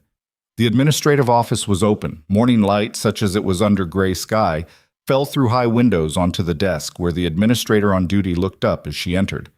He was young, methodical-looking, with the careful bearing of someone who takes the administrative record seriously because he understands that the administrative record is the architecture of everything that happens afterward. She put the document sleeve on his desk. She said, "Lady Seris Vaelor, filing under Article 44, cross-territorial evidence provision. Independent filing. I am the interested party and the primary author of the contested documentation." He looked at the sleeve. He looked at her. He said, "There is an emergency block on the tribunal filing pathway under this name." "There is a prior attestation submission in the system," she said, "entered at 3rd hour this morning. The block was filed after the attestation was entered.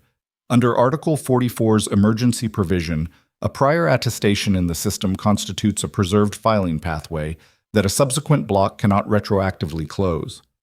He looked at her for a moment. Then he opened his record book. He said, "I'll need your full identification and territorial designation." "Lady Seris Vaelor," she said, "of House Vaelor, formerly engaged to House Thorn, currently unaligned." He wrote it down. Outside, the gray sky was beginning to shift. Not dramatically. Not with the sudden opening of light that narrative occasionally provides. Slowly, the way real things change. Incrementally, without announcement, the gray thinning at the eastern edge where the mountain ranges began, the first suggestion of actual dawn moving into a sky that had been holding it back. She watched it through the administrative office window while the administrator processed the filing. She thought about something Drashian had said on the embankment 9 hours and a lifetime ago. The work is real. The competence is real. She thought about what it cost to do real work in a structure that was not built to receive it. She thought about the years of women before her who had done the same thing and left no attribution in the administrative record. She thought about the years of women after her who would find, 30 days from now, a tribunal confirmation with her name on it and would understand that the record had been changed, that the architecture had a new piece in it, That something had been built that would be harder to remove than the thing that preceded it. That was not everything. It was not justice in the comprehensive sense, not the full accounting of what the network had taken from people across decades, not the end of the structural problem that allowed the extraction to happen. It was a floor. The same thing her methodology had been, not the ceiling of what was possible, only the floor. She could build from a floor. The administrator said, "Filing accepted. Tribunal review date to be confirmed within 5 administrative days." She said, "Thank you." She took the filing receipt. She walked out into the morning. The palace grounds in early light were the same ground she had walked across last night in rain and moonlit silk and the ruins of a ceremony. The obsidian roads were dry now, the storm fully past, the stone surface returning to its usual dark mirror quality that reflected the sky above it. She could see the Kareth mountain ranges on the western horizon, clear now that the storm was gone, in the early light. Dark shapes against a sky that was becoming, slowly and without drama and with the particular honesty of actual dawn, something other than gray. She stood on the palace steps with the filing receipt in her hand. The empire was the same empire it had been 12 hours ago. The same corridors, the same administrative structures, the same network of financial interests and territorial claims and institutional power. The same men in the same positions making the same calculations. None of that had changed in a single night. What had changed was smaller and more durable. A woman's name on a document inside the system. A condition accepted without negotiation. The specific knowledge of what she was worth that came not from someone else's assessment, but from the accumulated evidence of 9 hours of operating under maximum pressure, with full information finally available and finding that the operating held. Finding that she held. Draxion appeared at the palace doors behind her. He came to stand beside her on the steps, looking west toward the mountain ranges, and his presence beside her had the quality it had carried all night. Not possessive, not protective in the simple sense, but structural. The specific presence of someone who occupies space with you rather than around you. They stood in the early light. She said, "Kareth's northern supply problem. The mismanagement started in which year?" He said, "Year 47 of the current territorial administration." That's 6 years of compounded inefficiency in the routing structure. Yes. The fix will take 18 months minimum. I know. I'll need full access to the territorial records. You'll have it. And a formal position, she said. Not an engagement, not a political arrangement. A formal administrative appointment with documented scope and authority. He looked at her. Chief Territorial Supply Architect, he said. It's not a title that exists in Kareth's administrative structure. Then we create it, she said. He was quiet for a moment. Then he said, "Done." She looked at the mountain ranges on the horizon. Kareth, a harsher kingdom. The kind of place that had been shaped by what it survived rather than what it was given. And the survival was visible in the terrain. Those dark ranges, that difficult geography, the specific austere beauty of something that did not yield to comfort. She thought she could work with that. She thought she already knew how. She turned and looked at Draxion Vale in the early morning light. Not the operational layers, not the 3 moves ahead architecture, not the military stillness or the controlled precision. Just a man who had told her the truth in the rain and disclosed what he had done in the first sentence and accepted her condition without negotiation and asked her in 2 words to come to the place where the real work was. She said, "I'll need 2 days to close the Vaelor obligations, correspondence, family transition." "Take 3, he said. 2 is sufficient, she said. "I don't require extra time for sentiment." Something moved across his expression. "I know," he said. "That's not why I offered 3. She looked at him. "Why then?" He said, "Because the work in Kareth is long, and the start of a long thing deserves a real beginning rather than a rushed one. And because," he paused, the way he paused when he was choosing accuracy over efficiency, "you have been running for 9 hours on the fuel of a crisis, and when the crisis is over, the body remembers what it cost." He looked at her directly. 1 day to close obligations. 1 day to rest. 1 day to arrive as yourself rather than as the residue of tonight. She stood with that. It was, she thought, the most precise form of care she had ever been offered. Not comfort, not sympathy, not the softened language of someone managing her response. An accurate accounting of what she needed, stated plainly, with no expectation attached to the receiving of it. She said, 2 days. He accepted this. They stood on the palace steps as the dawn completed itself. Slow, gray becoming gold at the Kareth range edges, the mountain silhouette sharpening as the light found the specific angles of rock and snow and the terrain that shaped a kingdom from the outside in. Behind them, the imperial capital of Arendor continued its morning routines, the administrative machinery turning, the filing receipt in her hand already part of the record, Cadric Thorn in some corridor of the palace beginning to understand the shape of what he had been used for. Elder Corvath in his offices facing the day his emergency block had landed on top of a prior attestation, Morn preparing his voluntary disclosure. The tribunal convening in 30 days, all of it in motion, all of it real. She had walked into this palace last night as an instrument in other people's architectures, and she was walking out of it as the primary author of her own. That was the thing about a single night. It could not undo what 3 years had built, or what 8 months had taken, or what the structural weight of an empire had been doing to women like her for generations before. It could not resolve the network, expose the full accounting, repair the damage. But it could change the floor, and from a changed floor, you could build. She descended the palace steps.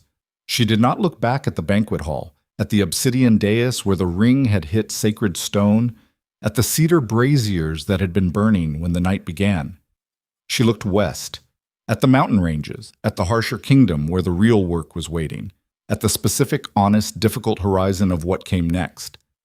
And she walked toward it, not because she had won, because she had survived. And surviving, when done with full knowledge of what it costs, is its own kind of architecture, the most durable kind, the kind that holds.